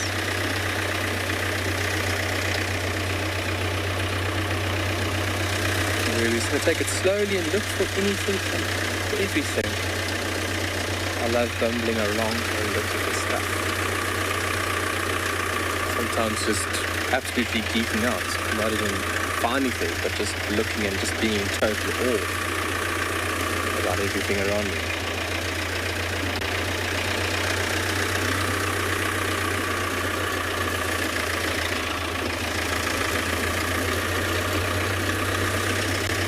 So now with these cooler conditions, this is where we could also find some other animals moving, excuse me, a bit earlier. And some of them just munching away. Oh, we're going back onto our silhouette, giraffe silhouettes again, like yesterday evening, which was a very beautiful sight, seeing those giraffes within that beautiful setting.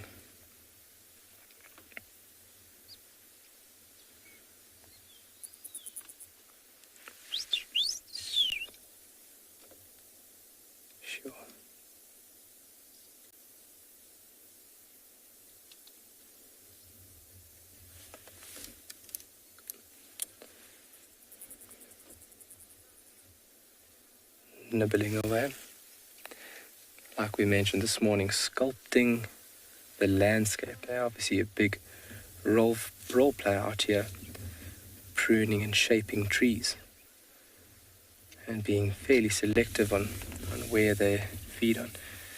BK just getting us nice and level there.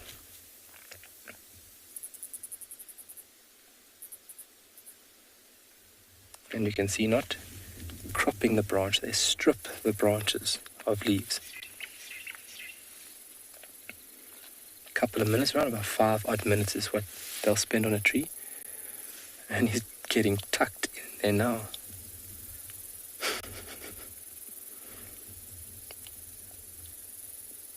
Talk about stuffing your face.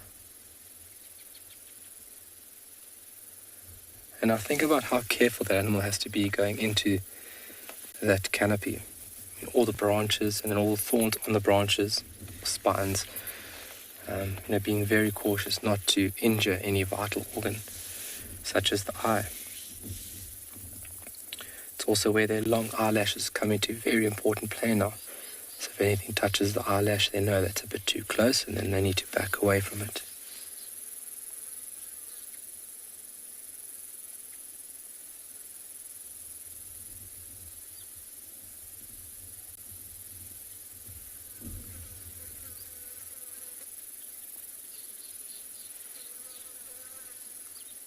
So these cooler conditions that are now prevailing, this is when animals will seize the opportunity and start becoming mobile a little bit earlier, because it is perfect out right now and it's available time for you to move. So an animal will definitely move, and this is where I'm hoping with this cloud cover, we never know, if we're lucky enough we could stumble upon a leopard somewhere.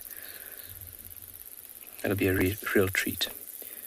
We have seen leopard with Dylan. We saw leopard in the dunes. Sure, I think when we very first started in the beginning. Well, talking about leopard, let's send you to one.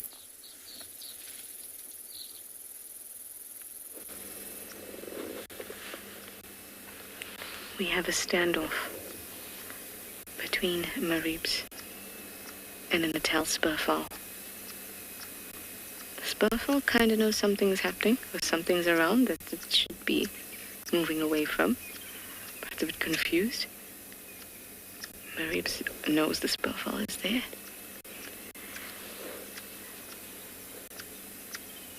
Leopard cubs have a lot of fun like this, taking little things that just come their way, playing with mongoose and squirrels, birds.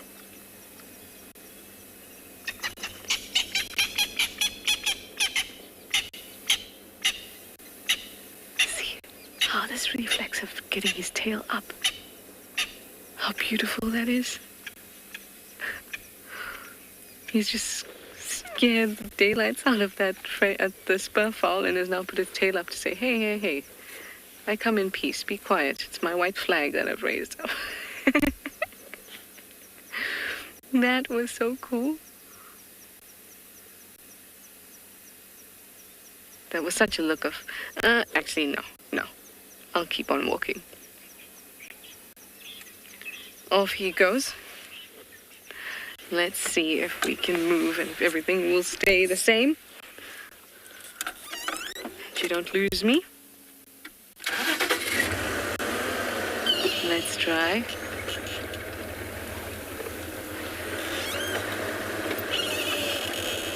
Yay. All right. Sounds like we're going to be fine. Okay.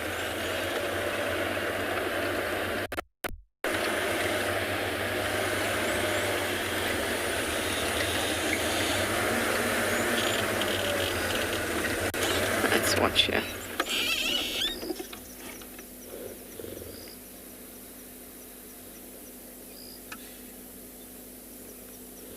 Where's your mum and when's she going to meet up with you?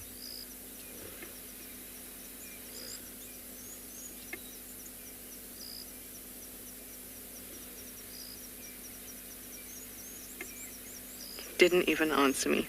Can you believe it?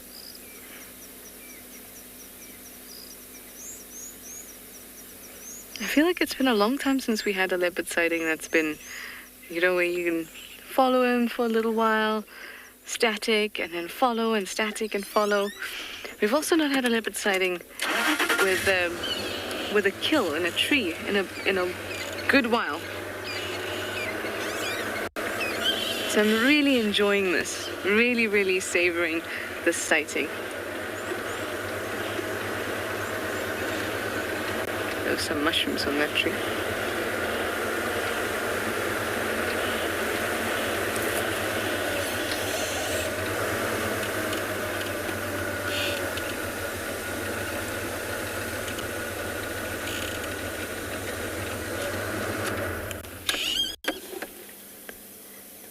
I don't want to rush ahead of him or off-road unnecessarily, especially since it's quite wet on both sides of the road here. So we'll just have to watch him from behind for a little bit until we can find a corner or something where we can get round.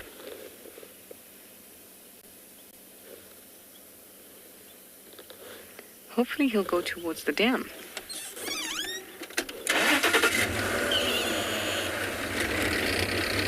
Chitwa has been very good to us these last couple days, hasn't it?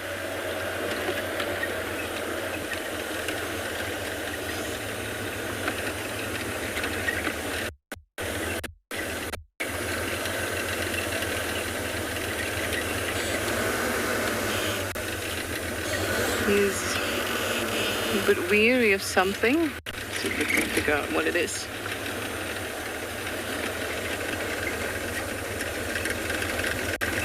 Hi, Percy. You'd like to know why he's walking around on his own. I just saw what he was weary of. It was a big water bug. He's walking around on his own because he's old enough to do that. There we go. At a year old, even slightly under that, especially with Tundi, she's going to let them roam around. He's not independent, and he's not mature. He's certainly still relying on Mum for the majority of his meals, apart from little things that he may pounce on. But he's totally reliant on Mum still. It's just that he's old enough to be able to protect himself, to be able to run, to be able to know where or recognize danger. So that's why he's on his own. And Tundi has been known to let her cubs leave the nest earlier than usual.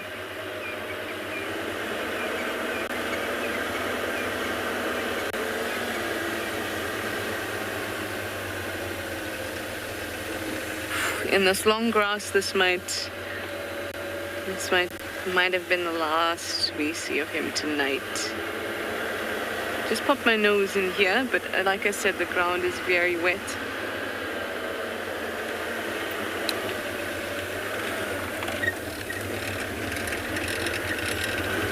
Sammy Lee, you'd like to know at which age or what age he'll be fully independent from Thandi?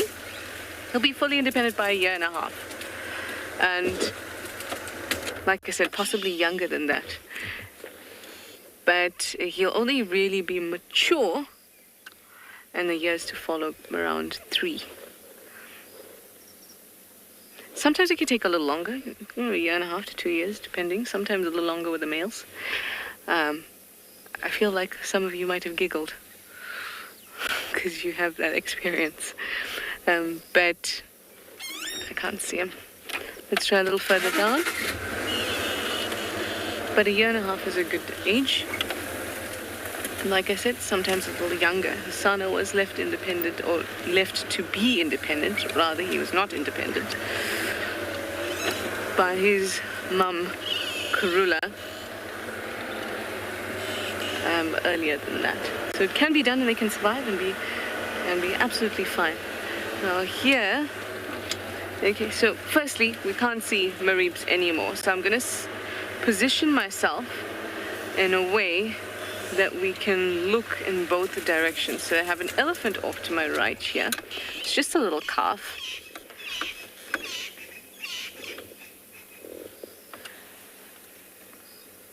And that's probably why he darted off into the nice long grass. Now, that's exactly what we were talking about when Percy was asking why is he on his own. He can easily recognize a potentially dangerous situation for him. And that's why he can be on his own, but he will still be reliant on Thandi.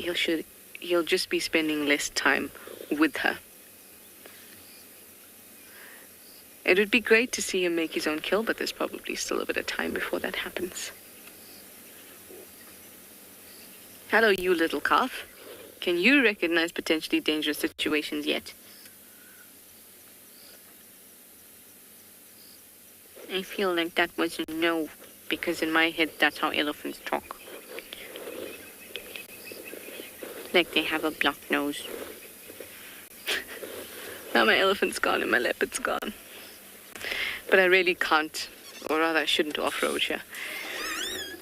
It is not a very environmental scientist of me.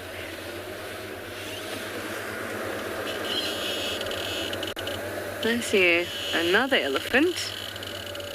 It's in the exact direction that he was moving. Now just see the ears by this tall tree there. Can you see it? Just through here. I see the ears.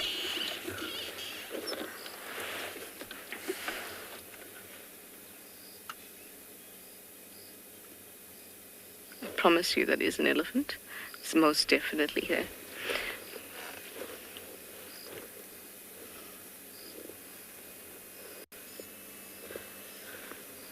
Poor thing, I wonder where he went to. He's probably hiding somewhere because there's no way he ran through and past those elephants. Oh, look at that. On a nice mound. I love seeing elephants on a mound. It's as if they weren't tall enough. And then they go stand at a mound and they're even taller. It's awesome. All right, we're going to stick here and see what happens. Hopefully he'll come out.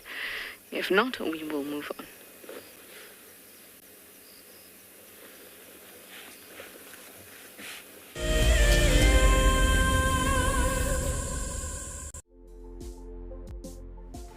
On the 27th of April, WildEarth will be turning 14 years old, and we wouldn't be here if it wasn't for all of you. And to celebrate, we will be finishing the beautiful book that we started last year that looks at the history so far. But we do need you to be part of it. Please submit your most memorable sighting, or what WildEarth means to you, or even just your name and a comment to be included inside the book.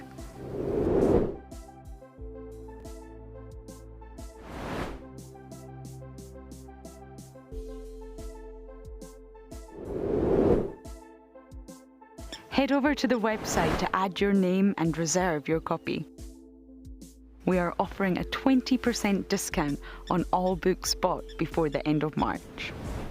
And a big thank you to all of you who have contributed to the book so far. It's the month of March and WildEarth is offering you the chance to win a brand new prize. Sign up to be a WildEarth Explorer and you could win a 5-day eco-training ranger experience for 2. Eco-training is the pioneer and leader in safari guide and wildlife training in Africa. The lucky winners can look forward to approaching dangerous game on foot, tracking and 4x4 driving, learning about animal behavior, and even spending one night sleeping out under a blanket of stars. In addition, you will also get the exclusive opportunity to join the WildEarth team on the broadcasting vehicle. Sign up to be an explorer now, and it could be you that wins this life-changing experience. Terms and conditions apply. My name is Ross, and I'm a field guide at and beyond Pea Private Game Reserve. I love getting questions from guests on WildEarth because I love sharing and learning information about nature with new people, and it also makes me feel like you're all joining me in real life. If you want to ask a question on WildEarth, then you need to register on our website. Once registered, go to our live safari page and submit your question below our live feed.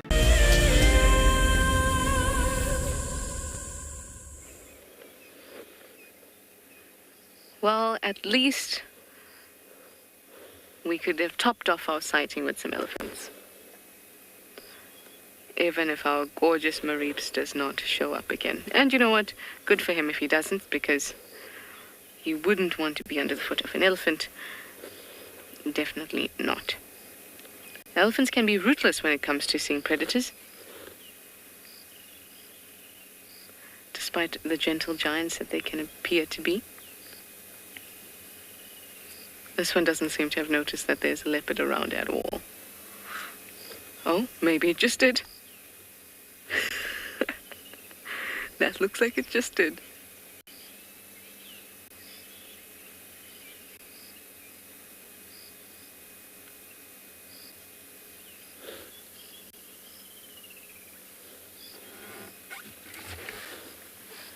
Have some more of the family emerging.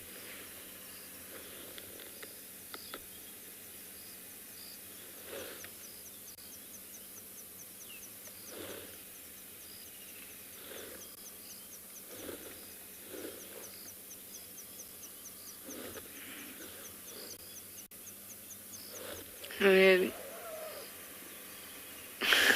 Another elephant shouting in the background.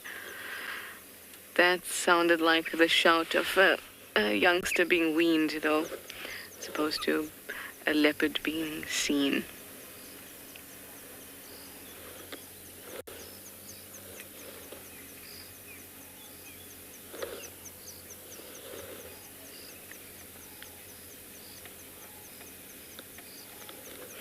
Prince, you'd like to know if I've ever seen a leopard actively try... Oh, I see the leopard.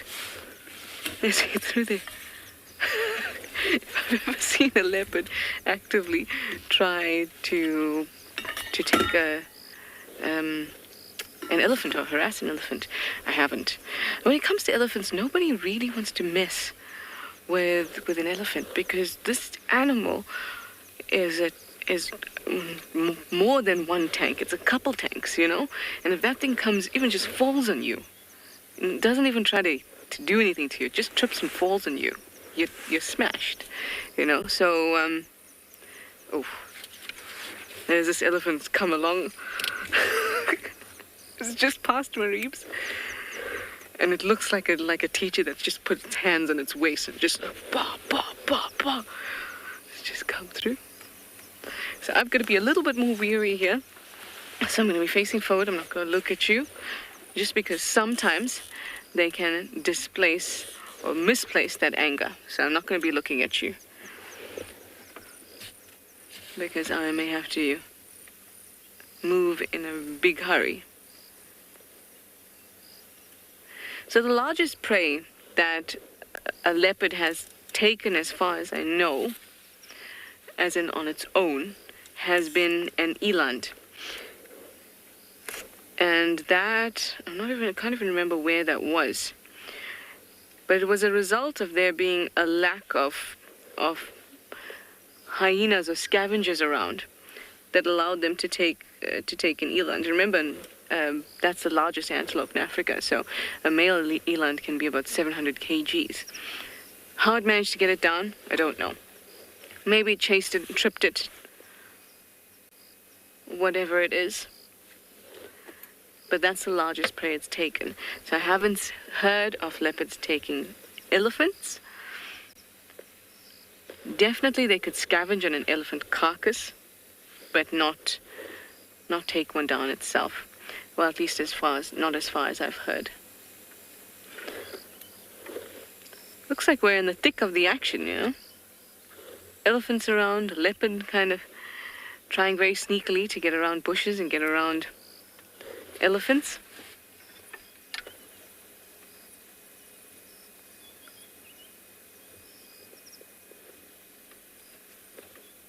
He took a big risk going through, basically went through the herd. At least they're very well spaced. Just waiting for his little head to pop out again.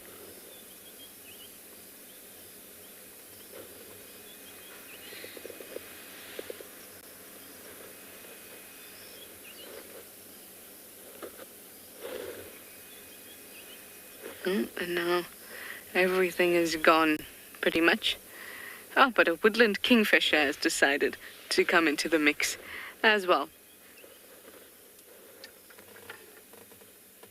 Told you, everything's happening here.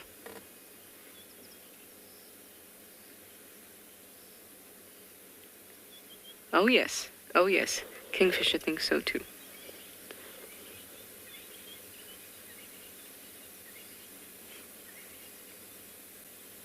Beautiful colors even in this light. Definitely not as vibrant as it is in the sunlight, but this light too works well for you.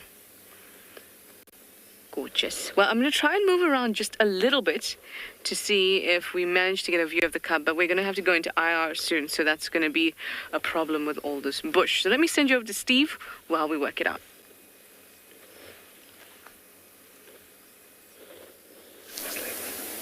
Let's move back. Yeah. Hello, everybody. We've got a leopard in the tree. Can I go back just an inch? Yeah, sure. We're told it's Cara, but hang on. More. Now, I don't remember her having that cut in the ear. Now, everybody, a whole lot of action has played out while we were on our way here. She caught, you can probably hear a couple of the cars. Sorry about that, but we are in a sighting with other vehicles.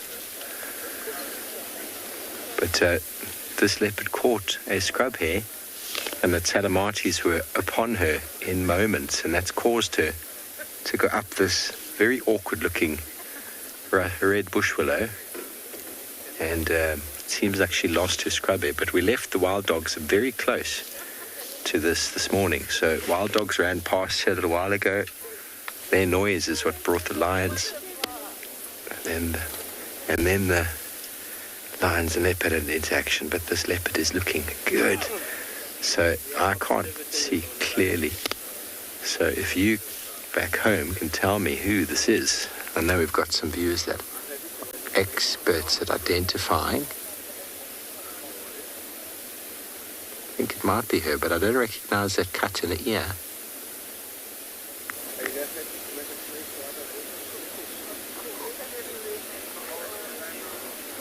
Thanks, James. Richard, it is indeed Cara. Poor girl. Yeah, well, the Talamatis are just around the corner. They're on the move. And we were actually on our way there, but you could not stop at a leopard. It's quite busy now. Everybody is in and about. So we'll do what we can for now. We'll stay with poor Cara while she catches her breath. She seems a little bit flustered. Okay, are you ready? She's going to come down.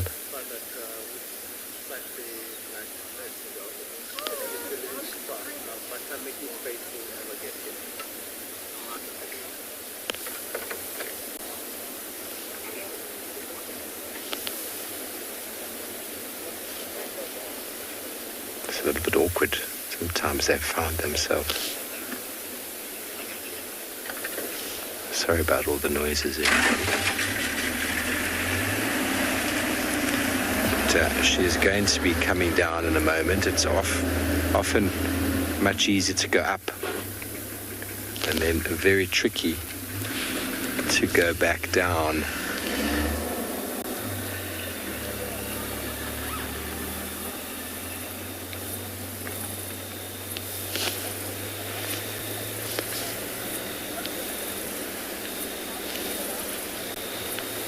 Okay, so we're just going to stay right here with a little bit of a silhouette.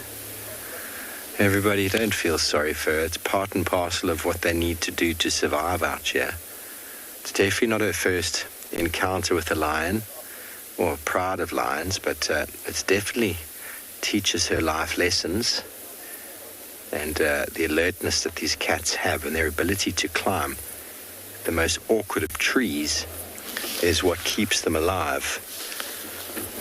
She's still staring off into the distance at the area where the lions were moving away. They lost interest. There's no way they could have gotten up there. It is a reality out here, everybody. Wild dogs, cheetah, leopard are always at risk of attack from lion. Always at risk. And at the price of a small little scrub hare, I think she's done very well to get up that tree and escape.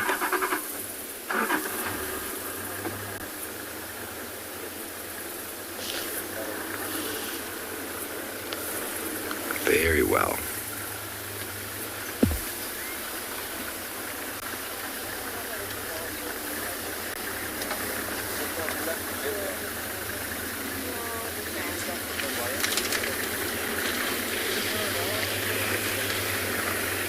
No nicking over. They'll use the closest tree.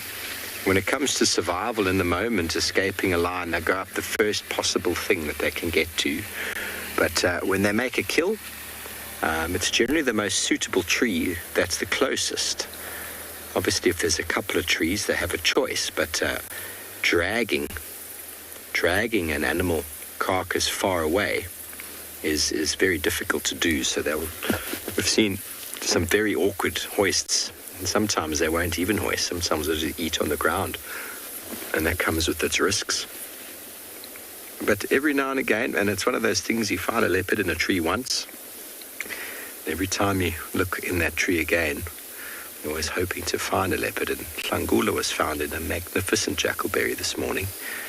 Now, we went there this afternoon, and we were unfortunate that he'd moved. Didn't have any tracks crossing back into Djuma, so we tried to work a little bit in the area north of that tree, but we didn't find anything. But for example, if there's a prominent tree close to a watering hole, it could often be used again and again. But don't specifically say, ooh, I like that tree. It's whatever's suitable. Normally one with good purchase, nice high branches, comfortable to lie in as well.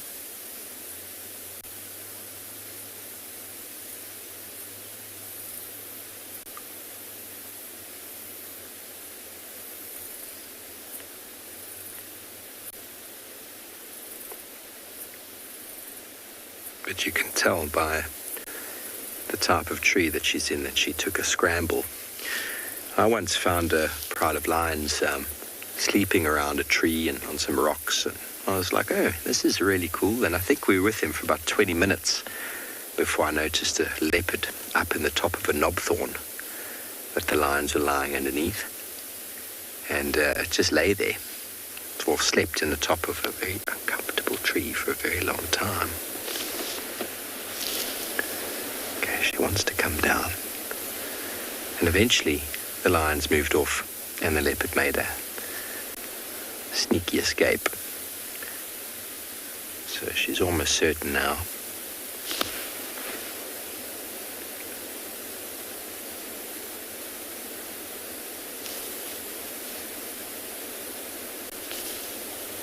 Okay, here she comes.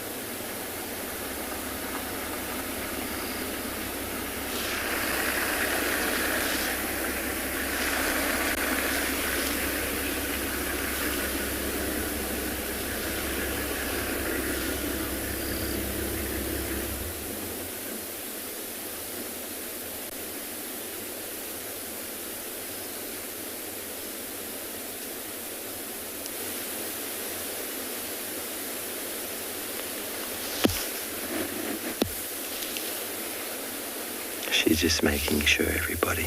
Just making sure. Caution.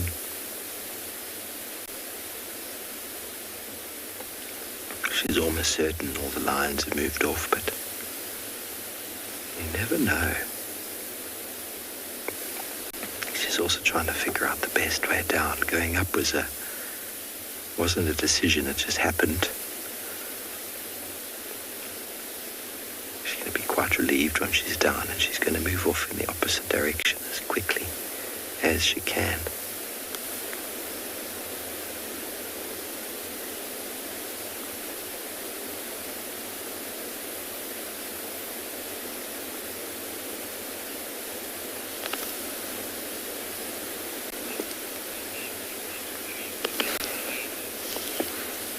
These, I suppose, if you do get to a certain time in a leopard's life, and maybe they don't have the same agility, but saving a leopard's life is the ability to climb a tree. So if they can't climb anymore, they're pretty much doomed.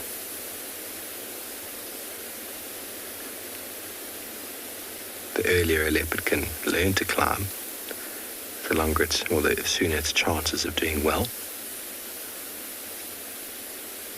That's how they've evolved out here.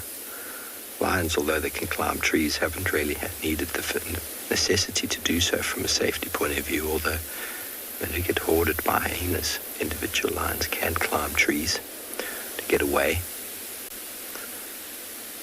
But from a safety point of view, this is an essential part of a leopard's habitat. Finding them out in the open is quite risky. The same as vervet monkeys. You don't find vervet monkeys too far away from trees.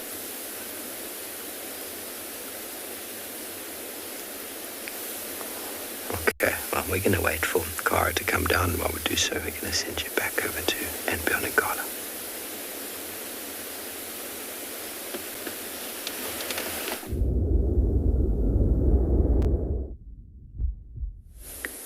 Just have a look at the lightning and the thunder inside that massive anvil-shaped cloud in the distance.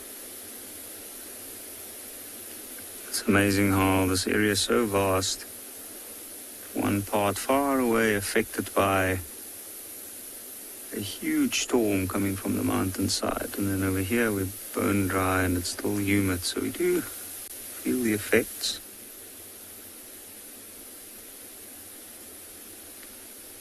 That is absolutely magical.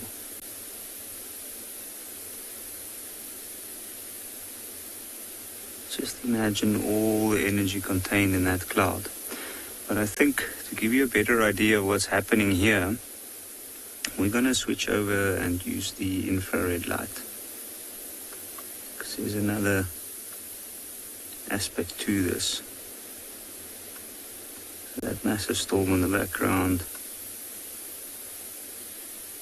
And then this territorial male lion couldn't be bothered less. It's literally covered in flies all over his legs.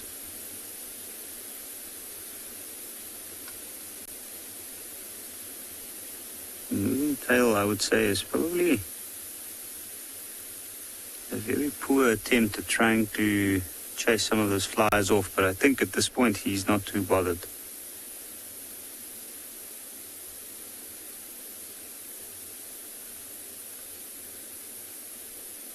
It's cooled down sufficiently now that the sun's down.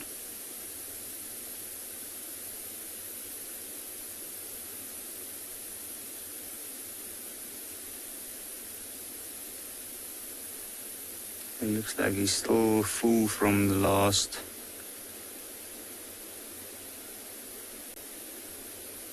from 2 days ago. Still busy digesting.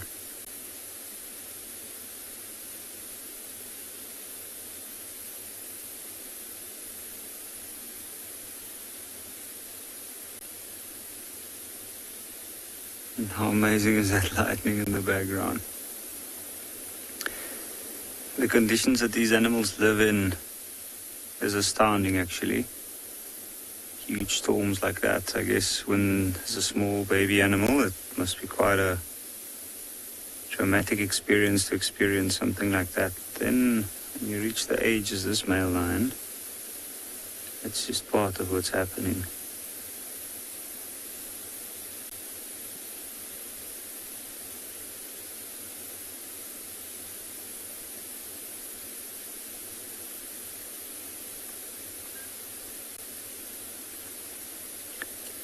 We'll stay with him a little while, see if he does eventually decide to move. But for now, we'll go see what the leopard is up to that Steve's got.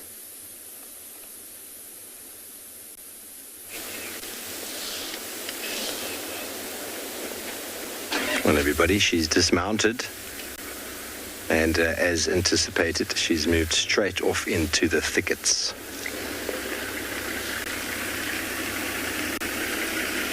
She's going to move in the complete opposite direction. Oh, she's got her scrub hair. Can you believe it? She's just in front of us now.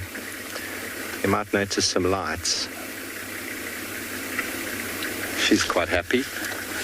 She's quite happy. Let's see if we can...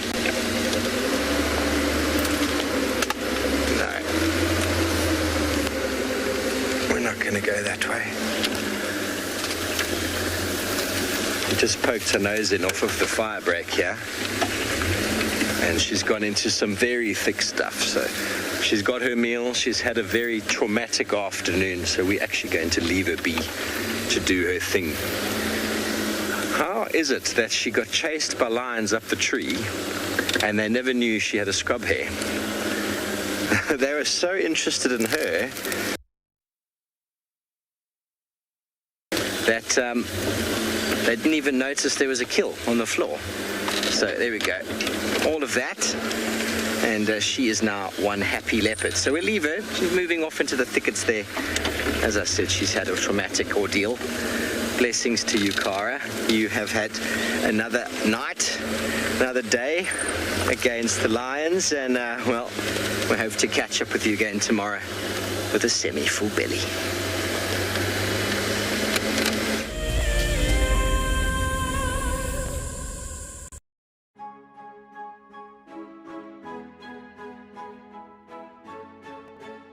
Hi, my name is Damon and I'm a guide here at Djuma Private Game Reserve. Join me and our resident ecologist, Craig Sholto-Douglas, at the fireside on the 21st of March for a discussion on 2 of our conservation projects. In early 2016, Beyond was faced with the fact that without some serious intervention, our rhino population could be in some serious trouble. And so a decision was made to start a rhino dehorning program.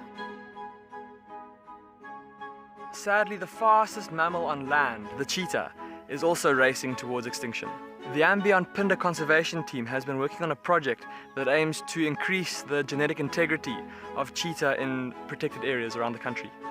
Sign up to be a WildEarth explorer and join us for a lively debate where we'll answer as many of your questions as possible. For all of you WildEarth explorers who bought plaques, today is the day that you will make your very first safari on our vehicle. Because we are quite remote here in the bush, they have taken some time to arrive, but I am happy to say they are here and they look great. Marcel has spent the day attaching them. Let's take a look.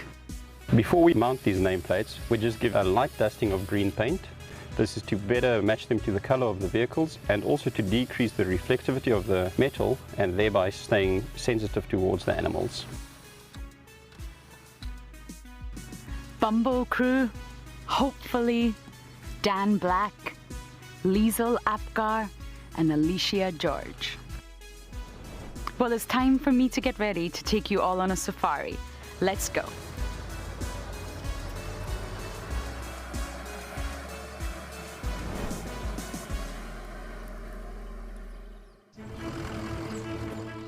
My name is Taylor McCurdy and I work for Eco Training. I love hearing from all of the viewers. However, I particularly enjoy those of you who have been watching for a few years.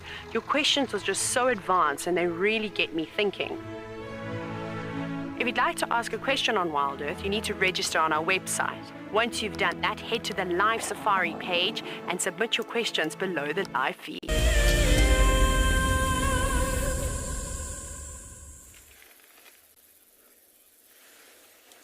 Well, we have a little bit of lightning to the northwestern sections here from us right now. And that giraffe has decided to stop right behind the tree, giving us a bit of a creative sighting of it. Is it a giraffe?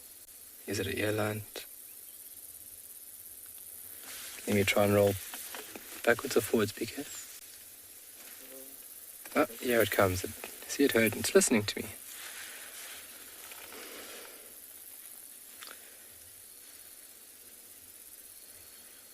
And we've lost the light a little bit earlier this afternoon because of the cloud cover that we have present this afternoon. But it's giving a different color scheme for this evening's drive. So graceful.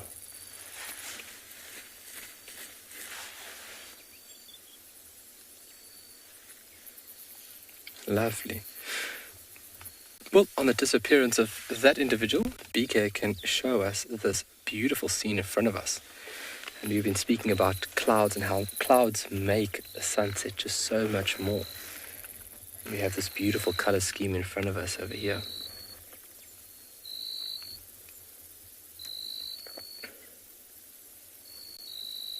Okay, all the crickets starting to call around us now as night starts to approach.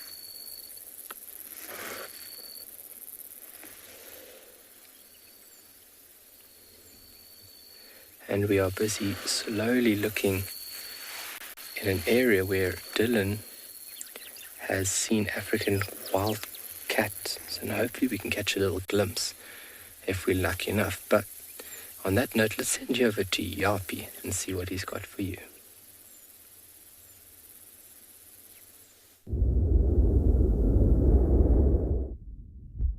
So I just saw that male lion open his mouth now, and it sounded like he let out a soft little call.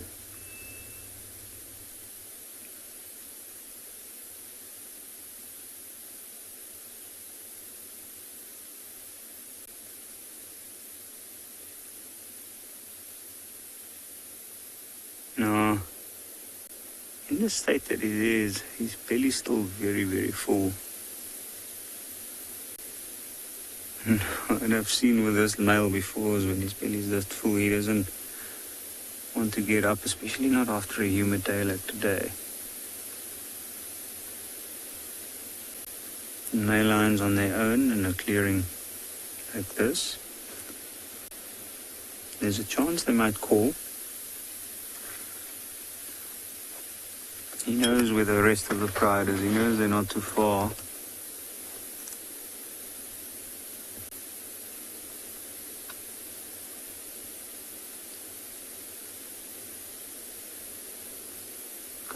Starting to call softly. I'm hoping he might go over into full force.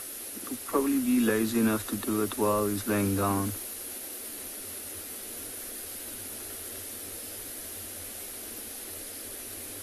And the belly's that full. This animal takes up a lot of space on the inside. Lungs won't be able to expand to their full capacity.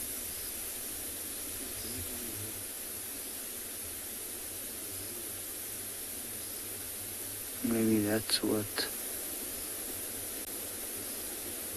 keeping him from calling.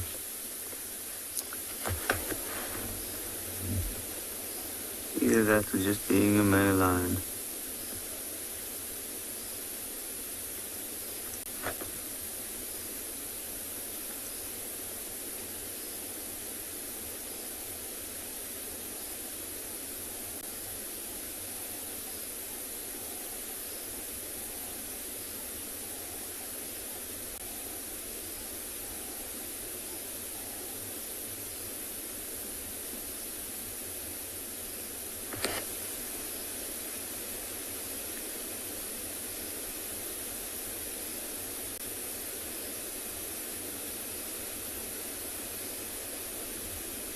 can see he's got one eye open.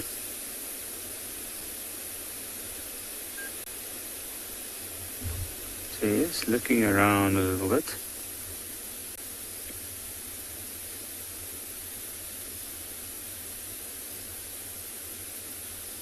Also, that particular eyes had so many injuries to it.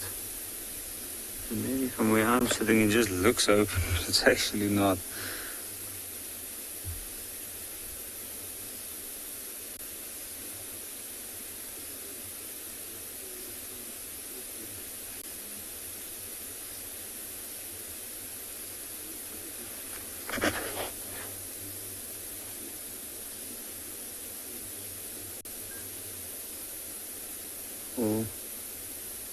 I'm hoping he will call, and that's why I'll give him a few more minutes. But in the meantime, Steve's also looking at the lightning. So I think we'll head over there.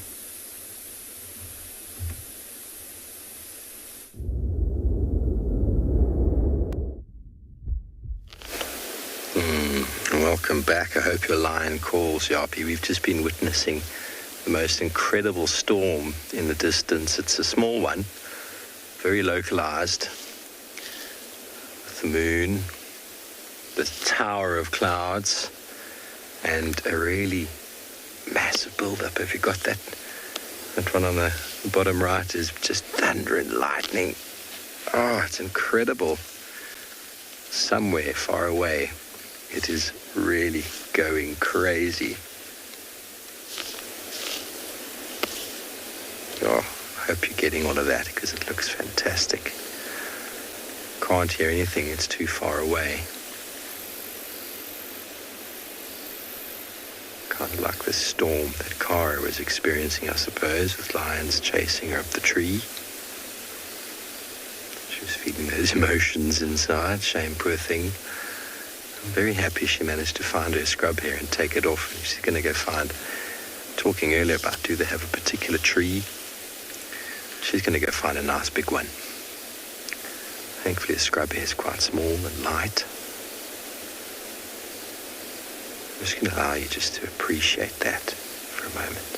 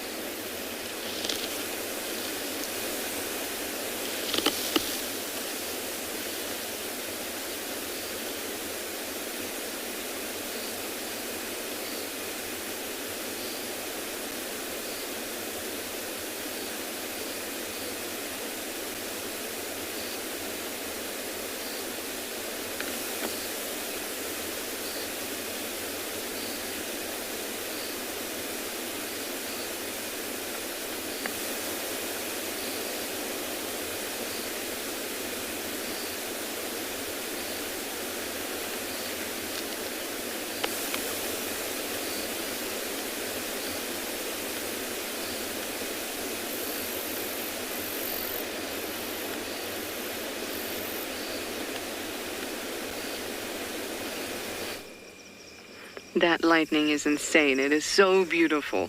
I haven't seen nice big clouds like that with so much lightning in a while. Here, we have none other than the humble green pea spider. I love these guys. You find them all over the place. Green pea for obvious reasons. Look at its abdomen is that nice green color. Sometimes even goes an off green towards a paler cream and sometimes even towards a blue.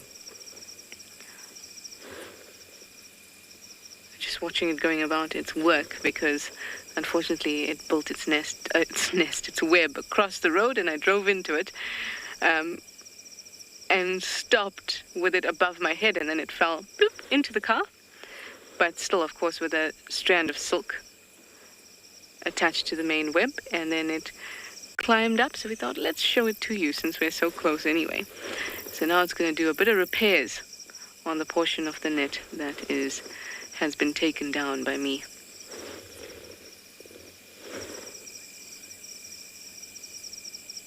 You have to be so careful of them because they're all over the place. And I found them in my hair so often. I know that probably sounds very creepy, especially if you don't like spiders. Oh, hello. That is the sound of the African night, yes. I can't see the hyena, but I can definitely hear the whooping. Hope you can too.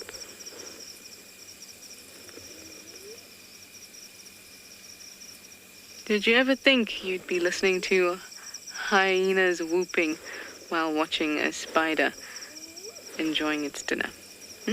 Well, now you don't have to imagine it. It's happening right here, live.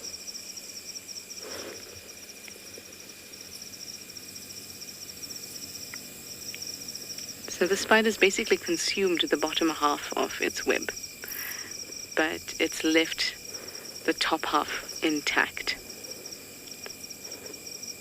You can actually see it quite nicely, the whole design of the web, because it's blowing or like gently catching the breeze. Can you see that? Just light it up a bit more.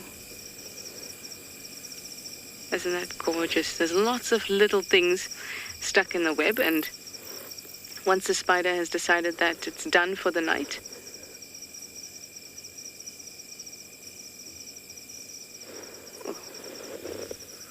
trying to figure out what it's doing. It's plucking the web. Perhaps as a defense. Maybe it thinks that I am a threat. Maybe it's showing me, look, I have an entire web, please don't pull down the rest of it.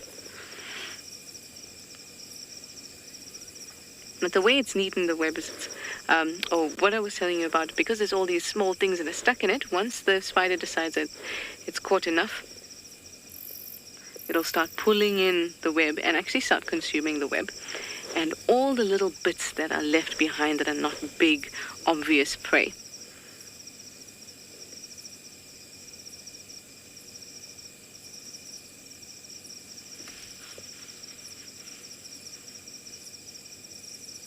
Just watching. A lot of the time when spiders move quickly on their web, or they pluck the web, or they spin on the web, it's a defense, a form of defense, because they think that there's something coming along. Now that's definitely dinner, or some form of dinner. Perhaps a starter.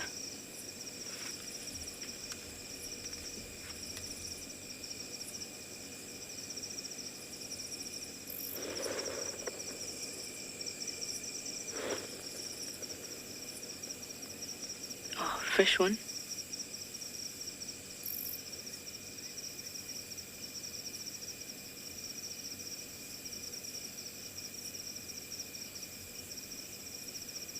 Nick, you'd like to know if there's any spider that would be a danger to a predator like a big cat. No, because of course there are spiders. Luckily the scrub hare has shown up just in time, but we're going to go into IR to view it because I'm going to pop these lights off.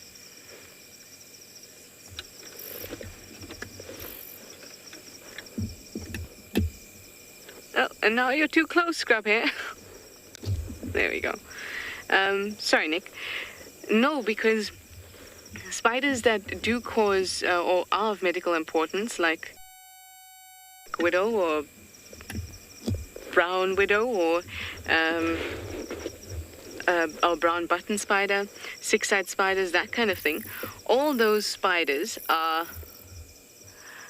need to get to your skin so that the venom can get into your bloodstream. And sorry, just adjusting my cap. And predators and most animals have fur, so they can't penetrate.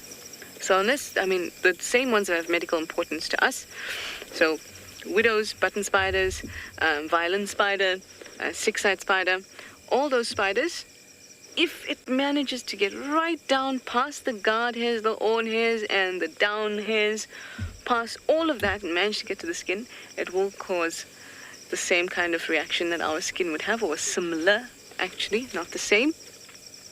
But the likelihood of it getting all the way down there is very low. Okay, well, our spider has moved off its web. Our scrub hair has moved off too, so we're going to move off, and I'm going to send you over to Yapi and his lions.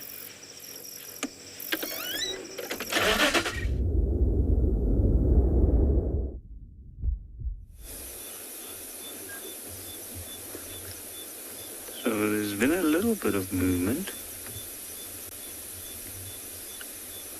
He's flicked over to his back.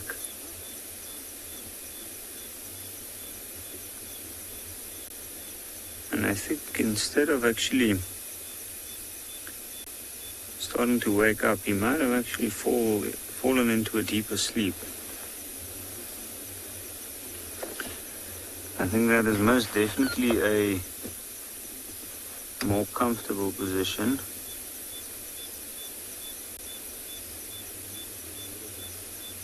Imagine laying down on the hard ground on one side. There's also developed a bit of a pain in his hip. Now I know in the past I've seen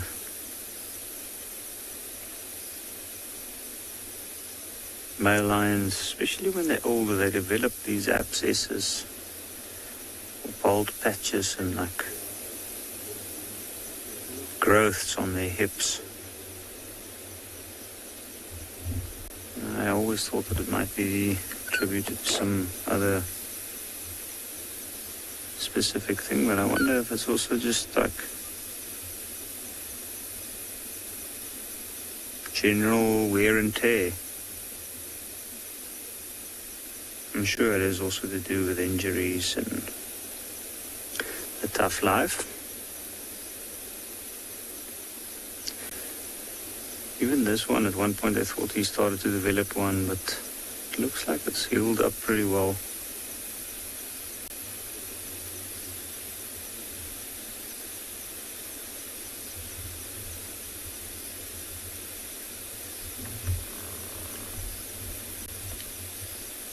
It looks like he is definitely fast asleep. He looks really comfortable in the position that he is.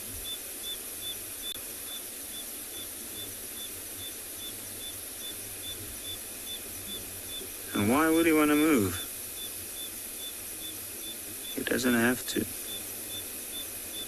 He's worked hard to get to this level or this position. Look at that foot slowly slipping back into the first position.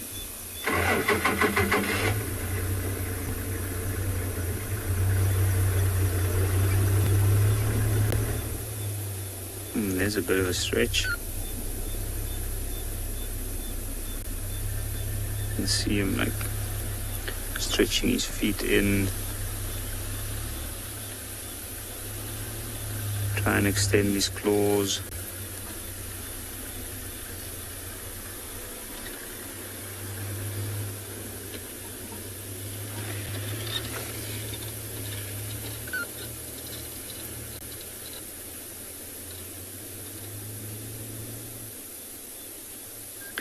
Eddie, if it started raining now, I don't think he'd stay here. It depends. If it's just a drizzle, he might. But he'd probably pick up his head. If it starts raining heavily, I think he's probably going to get up and head to one of the nearest shrubs nearby. They don't mind the rain as much, because it's a big part of their life, especially in summertime, is spent in rain. But he certainly doesn't like it too much. He prefers a dry soil like now.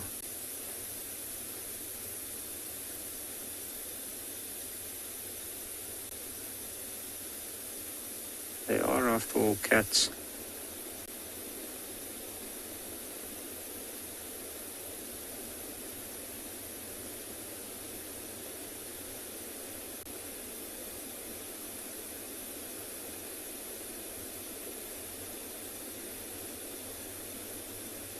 one thing that I've noticed here, so the position that he's laying in, there's a bit of a breeze coming through. It's not a lot, so maybe that's part of why he's laying in that position. But then also, the way he's shaped, it's almost as if he involuntarily has that one leg up like that, and that in a way stretches the muscles. He's been laying down on his flank as we arrived, and he's been laying down like that for a while, I presume. And the muscles must get stiff if he lays on the ground like this.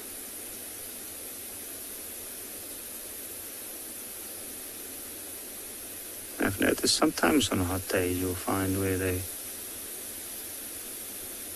will scrape themselves a little bit of, or they'll scratch some of the topsoil away and find some smoother, colder soil underneath, and then also softer soil.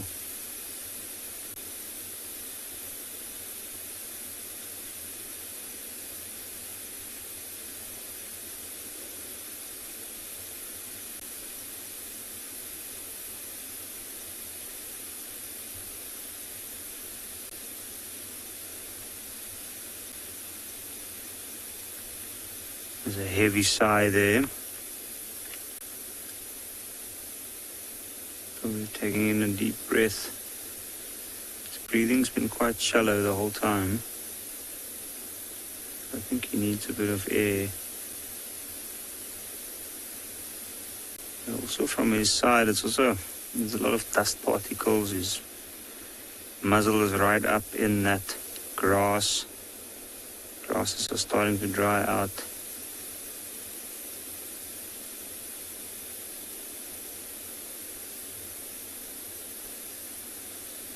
Imagine all the dust and little rocks on the side of his face.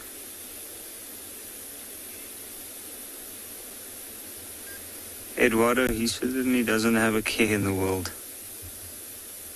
And also he doesn't need to, really. For him, this is his land.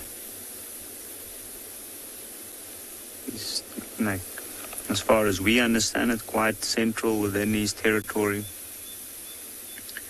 A lot of the rest of the Pride members are nearby, so he doesn't have to worry too much. His brother's also not too far, within 2 kilometers of where he is. He'll easily be heard if there was a call for backup.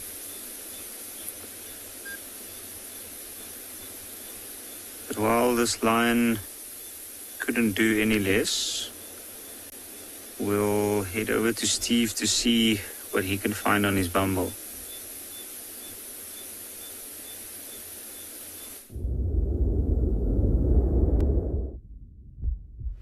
Thanks, Yapi. Well, welcome back, everybody. We're on just a little slow bumble and feeling quite humbled with our afternoon, with the sunset. The end there is just really, really a blessing. Feeling very full at the moment. Full on life, everybody, that is. Managed to do 150 burpees today, so 50% more than yesterday. Feeling quite strong. Still following the burpees for conservation. If you haven't checked it out yet, go and have a look at the website. Lots of interesting information.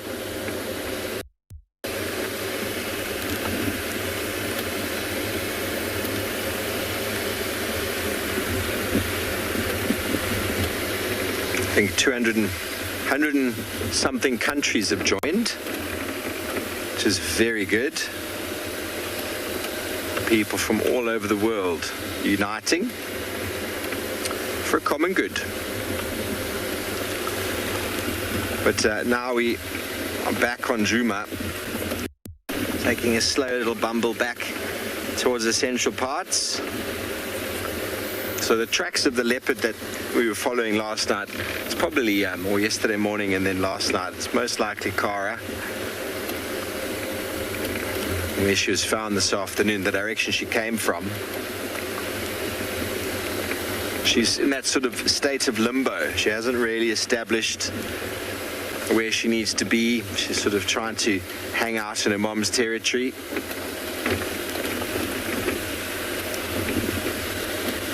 And it's so incredible that in the space of just a few meters, wild dogs, lion and leopard, sort of scenes can just happen out of nowhere.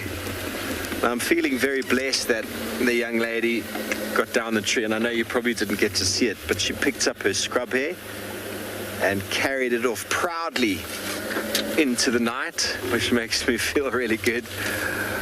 I thought maybe, you know, she'd lost her scrub hare to the lions for the cost of her life, which is a good thing.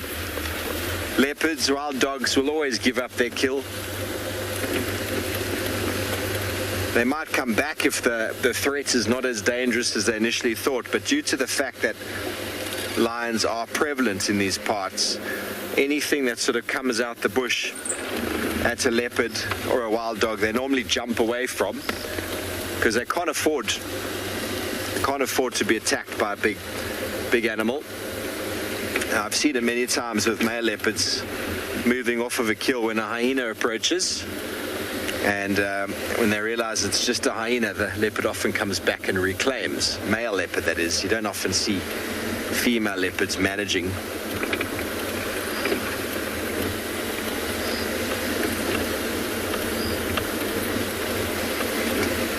All about energy costs and survival. Carly's still some time now. I mean, probably from about 3, somewhere around there, she'll start establishing it. I mean, she's already within what will be her territory. She just hasn't quite demarcated the boundaries. Oh, there goes a bronze-winged courser. She hasn't demarcated the boundaries, but it will be within this area. Won't be too far away. She just has to figure out which part is available and which part she feels comfortable in. And so it's a lot of learning for her. It's why she's also a bit fidgety. You know, Tlalamba has been like that for some time, and now it seems like Tlalamba might be settling. I'm not sure exactly where. I haven't seen the princess in some time.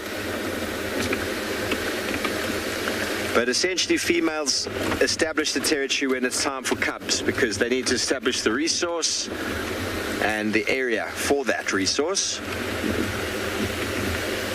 So at least another 10 months, 11 months or so, maybe a little bit longer. All depends on her fitness, her confidence. And in saying that, she's grown up pretty much on Simbambili, so it seems like Shadulu's spending a lot more time that side. So she's maybe moved over to the western or eastern side of her mom's territory, and is going, okay, well, it smells familiar here. Mum claimed this area, so let me hang out in an area that Mum felt quite safe in. And then it'll expand a bit, move a bit. It's quite fluid until eventually she decides, okay, this is it.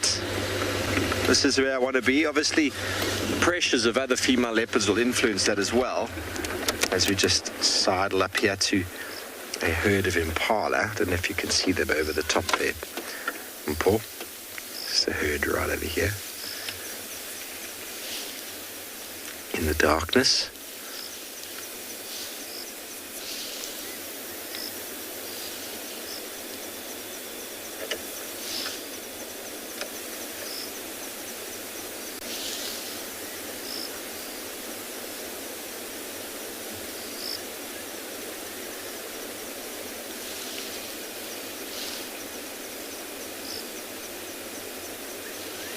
And while Cara moves through her soon-to-be sort of territory, she's obviously looking for those den sites and suitable habitat for that.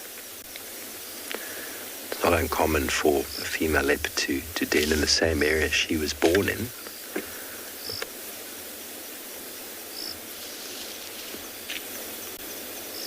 There's a familiarity to it. So a year and a half of exploration, still honing those hunting skills, learning the tricks of the trade, catching these fellows.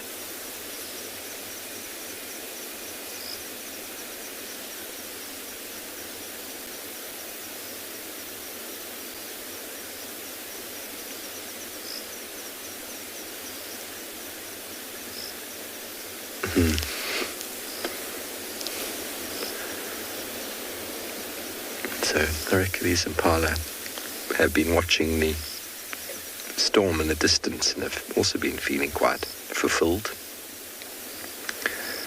They probably know that all the action happened a kilometre or two away, so they feel like, okay, we're safe for now.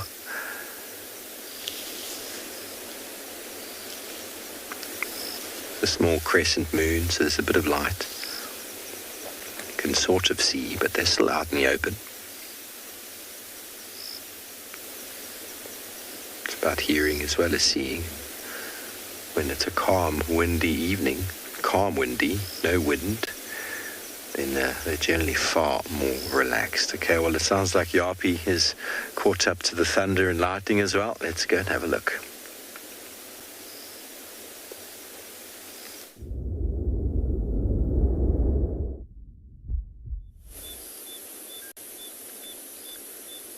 So while there's not much energy being exerted by this male lion, if we look back at the clouds in the distance, you can see it's just dark. Every now and again,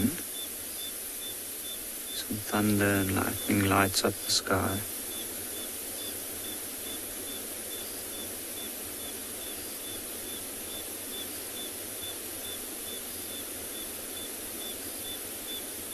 And it's an unbelievable experience, actually.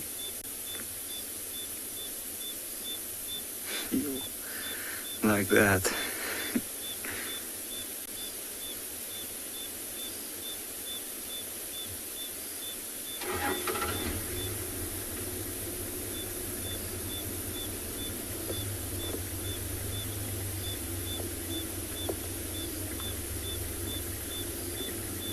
The intervals are quite long between them at the moment.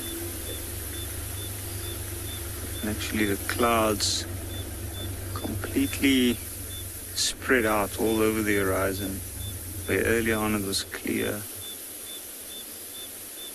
Cumulonimbus build up.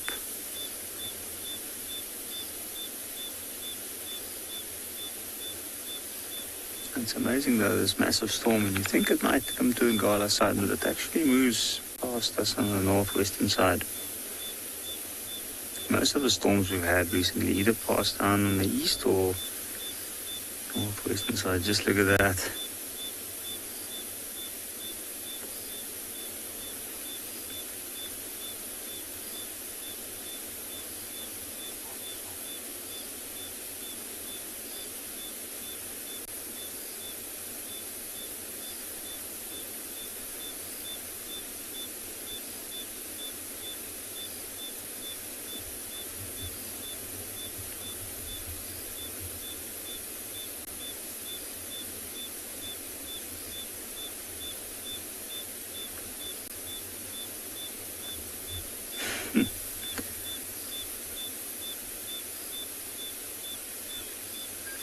Wildflower, you love thunderstorms, so do I.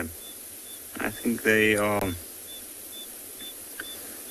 really, really exciting. They give everything a little bit of life. Well, clearly not this male lion.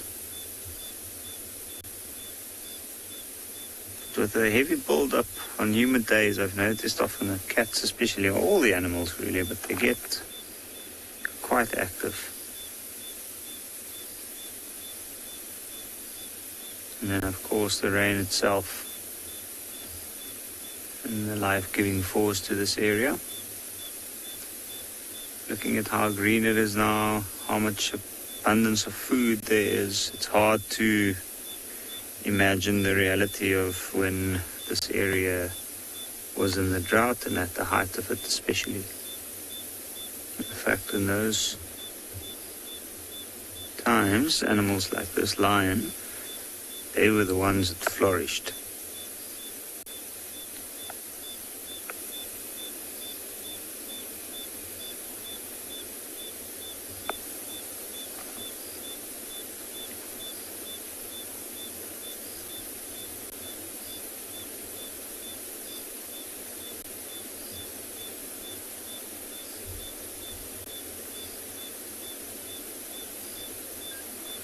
Jerome, some animals do get scared of these storms. Some of them take it as it comes.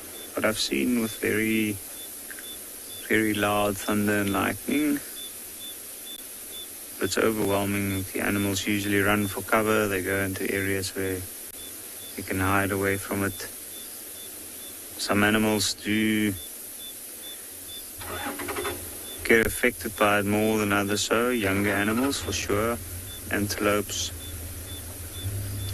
giraffes for instance.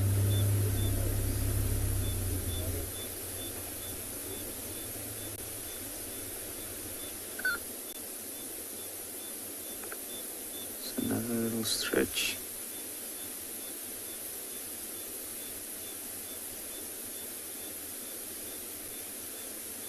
There's another deep sigh there.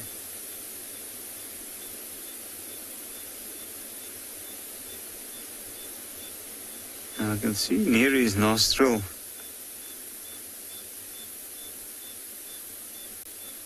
there's a small blade of grass.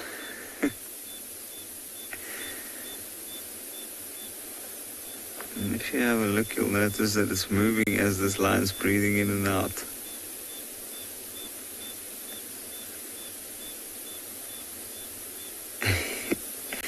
I think while he's having a little snooze, we'll head over to Trish, who's on a bumble at the moment.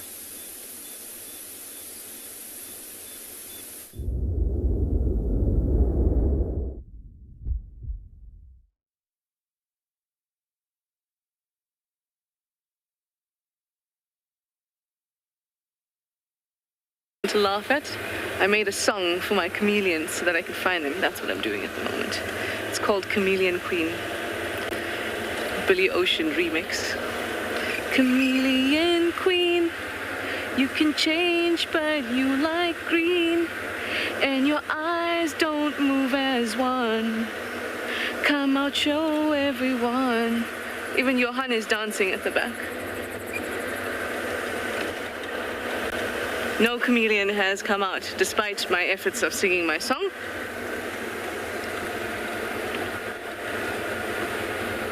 Not even FC was impressed by my song.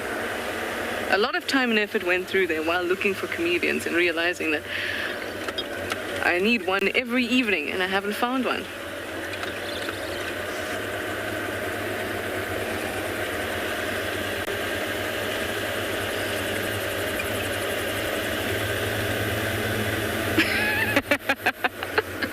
Director just came and said, "Sorry, Trish, song was magic." He sounded very enthused.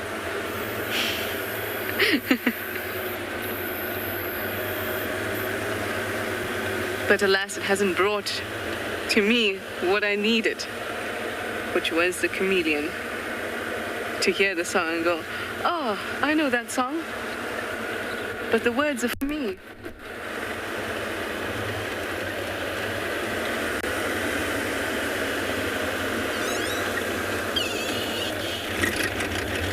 So I'm looking for short, not too dense shrubs.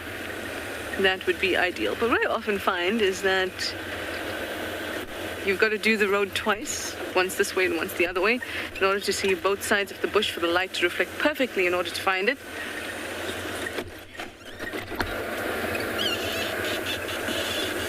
So let's turn around and try.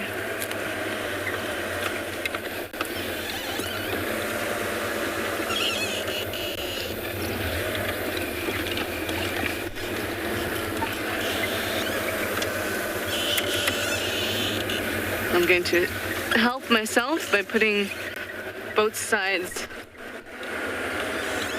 of my lights on as well. Michelle, you'd like to know which animal species has the best night vision? Ooh.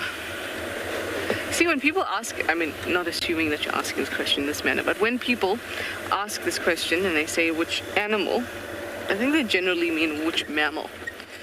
Because now I'm thinking about every animal.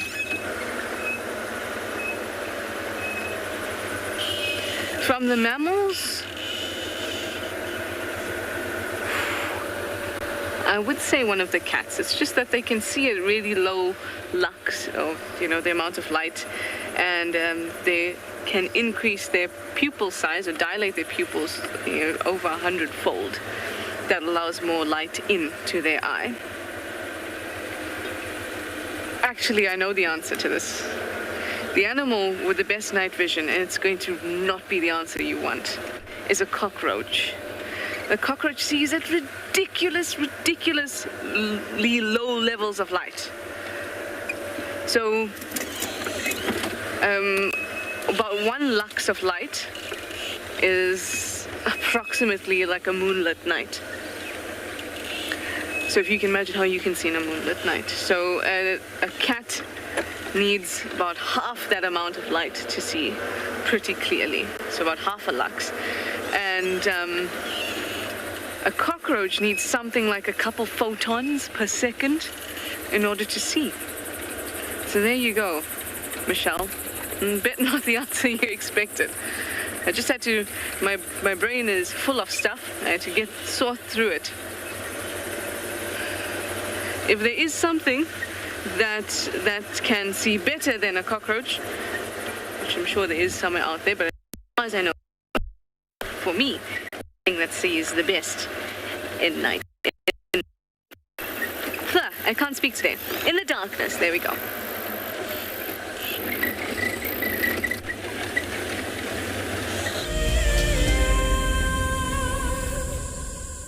Please join me this Saturday evening for a town hall meeting. It'll be live, and it's an opportunity for me to tell you about what WildEarth is, where we're coming from, and where we're going to. And it's an opportunity for you to ask some questions, give us some feedback, and even maybe get more involved in WildEarth going forward. 7:30 this Saturday evening, wildearth.tv. It's open to all. You've just got to be registered on our website, and we'd love to see you there.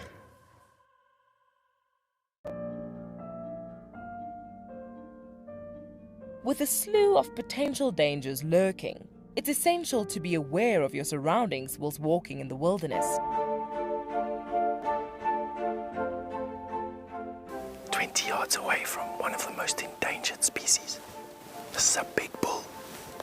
What a moment, what a close encounter with an Ellie bull. He's just over here now. He's moved completely away. Being on a bushwalk and seeing a leopard, I mean, it's ridiculous to be this close to a leopard on foot and for him not to run is absolutely insane. How crazy was that? Through the gap there is just the back of the head of a male lion. He is absolutely unaware that we are here right now. I tell you, seeing lions on foot, it definitely brings out the caveman in you, this little scared human being. I love being a cam-op for WildEarth. The animals coming right up close to you, especially like lions. Sometimes you get nervous, but you have to go with the flow. My favorite animal to film is the elephant because of how big it is. But when it's really up close to you, it's one animal that you would say, I really respect you.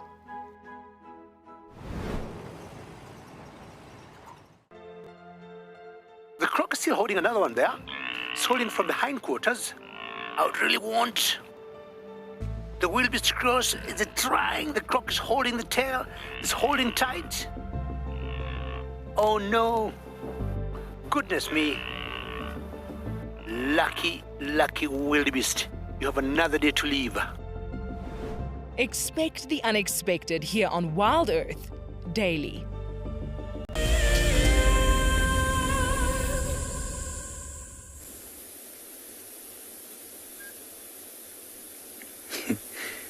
Not too much of a change here. But what I have noticed is that the little blade of grass in front of this lion's nose is still going. But it looks like it's not moving as vigorously as it did earlier, which makes me think that this lion is in quite a deep. No, he's actually blinking his eye. A bit of a twitch of the leg. Maybe it's involuntary. When we have a view like this, what I do want to do is I just want to maybe for 30 seconds count how many times that little blade of grass is moving.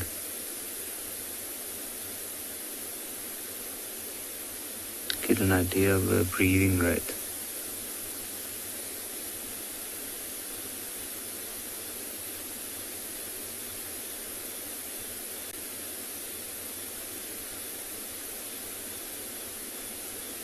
It's amazing that such a large animal, such a fearsome animal can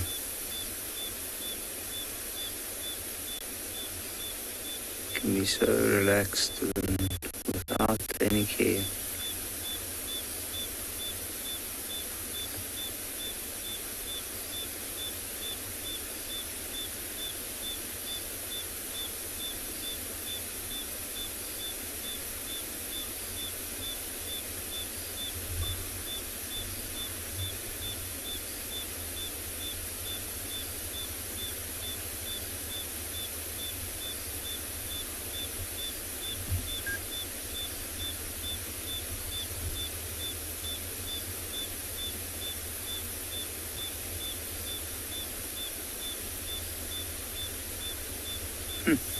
I got 11 times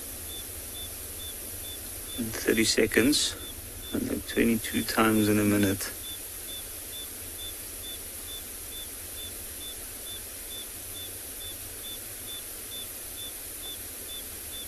I guess he's quite a relaxed lion. But from lions to leopards, some beautiful scenery this afternoon. Thank you so much for all our viewers joining us. And please join us again tomorrow morning when we can see what we'll be able to find then.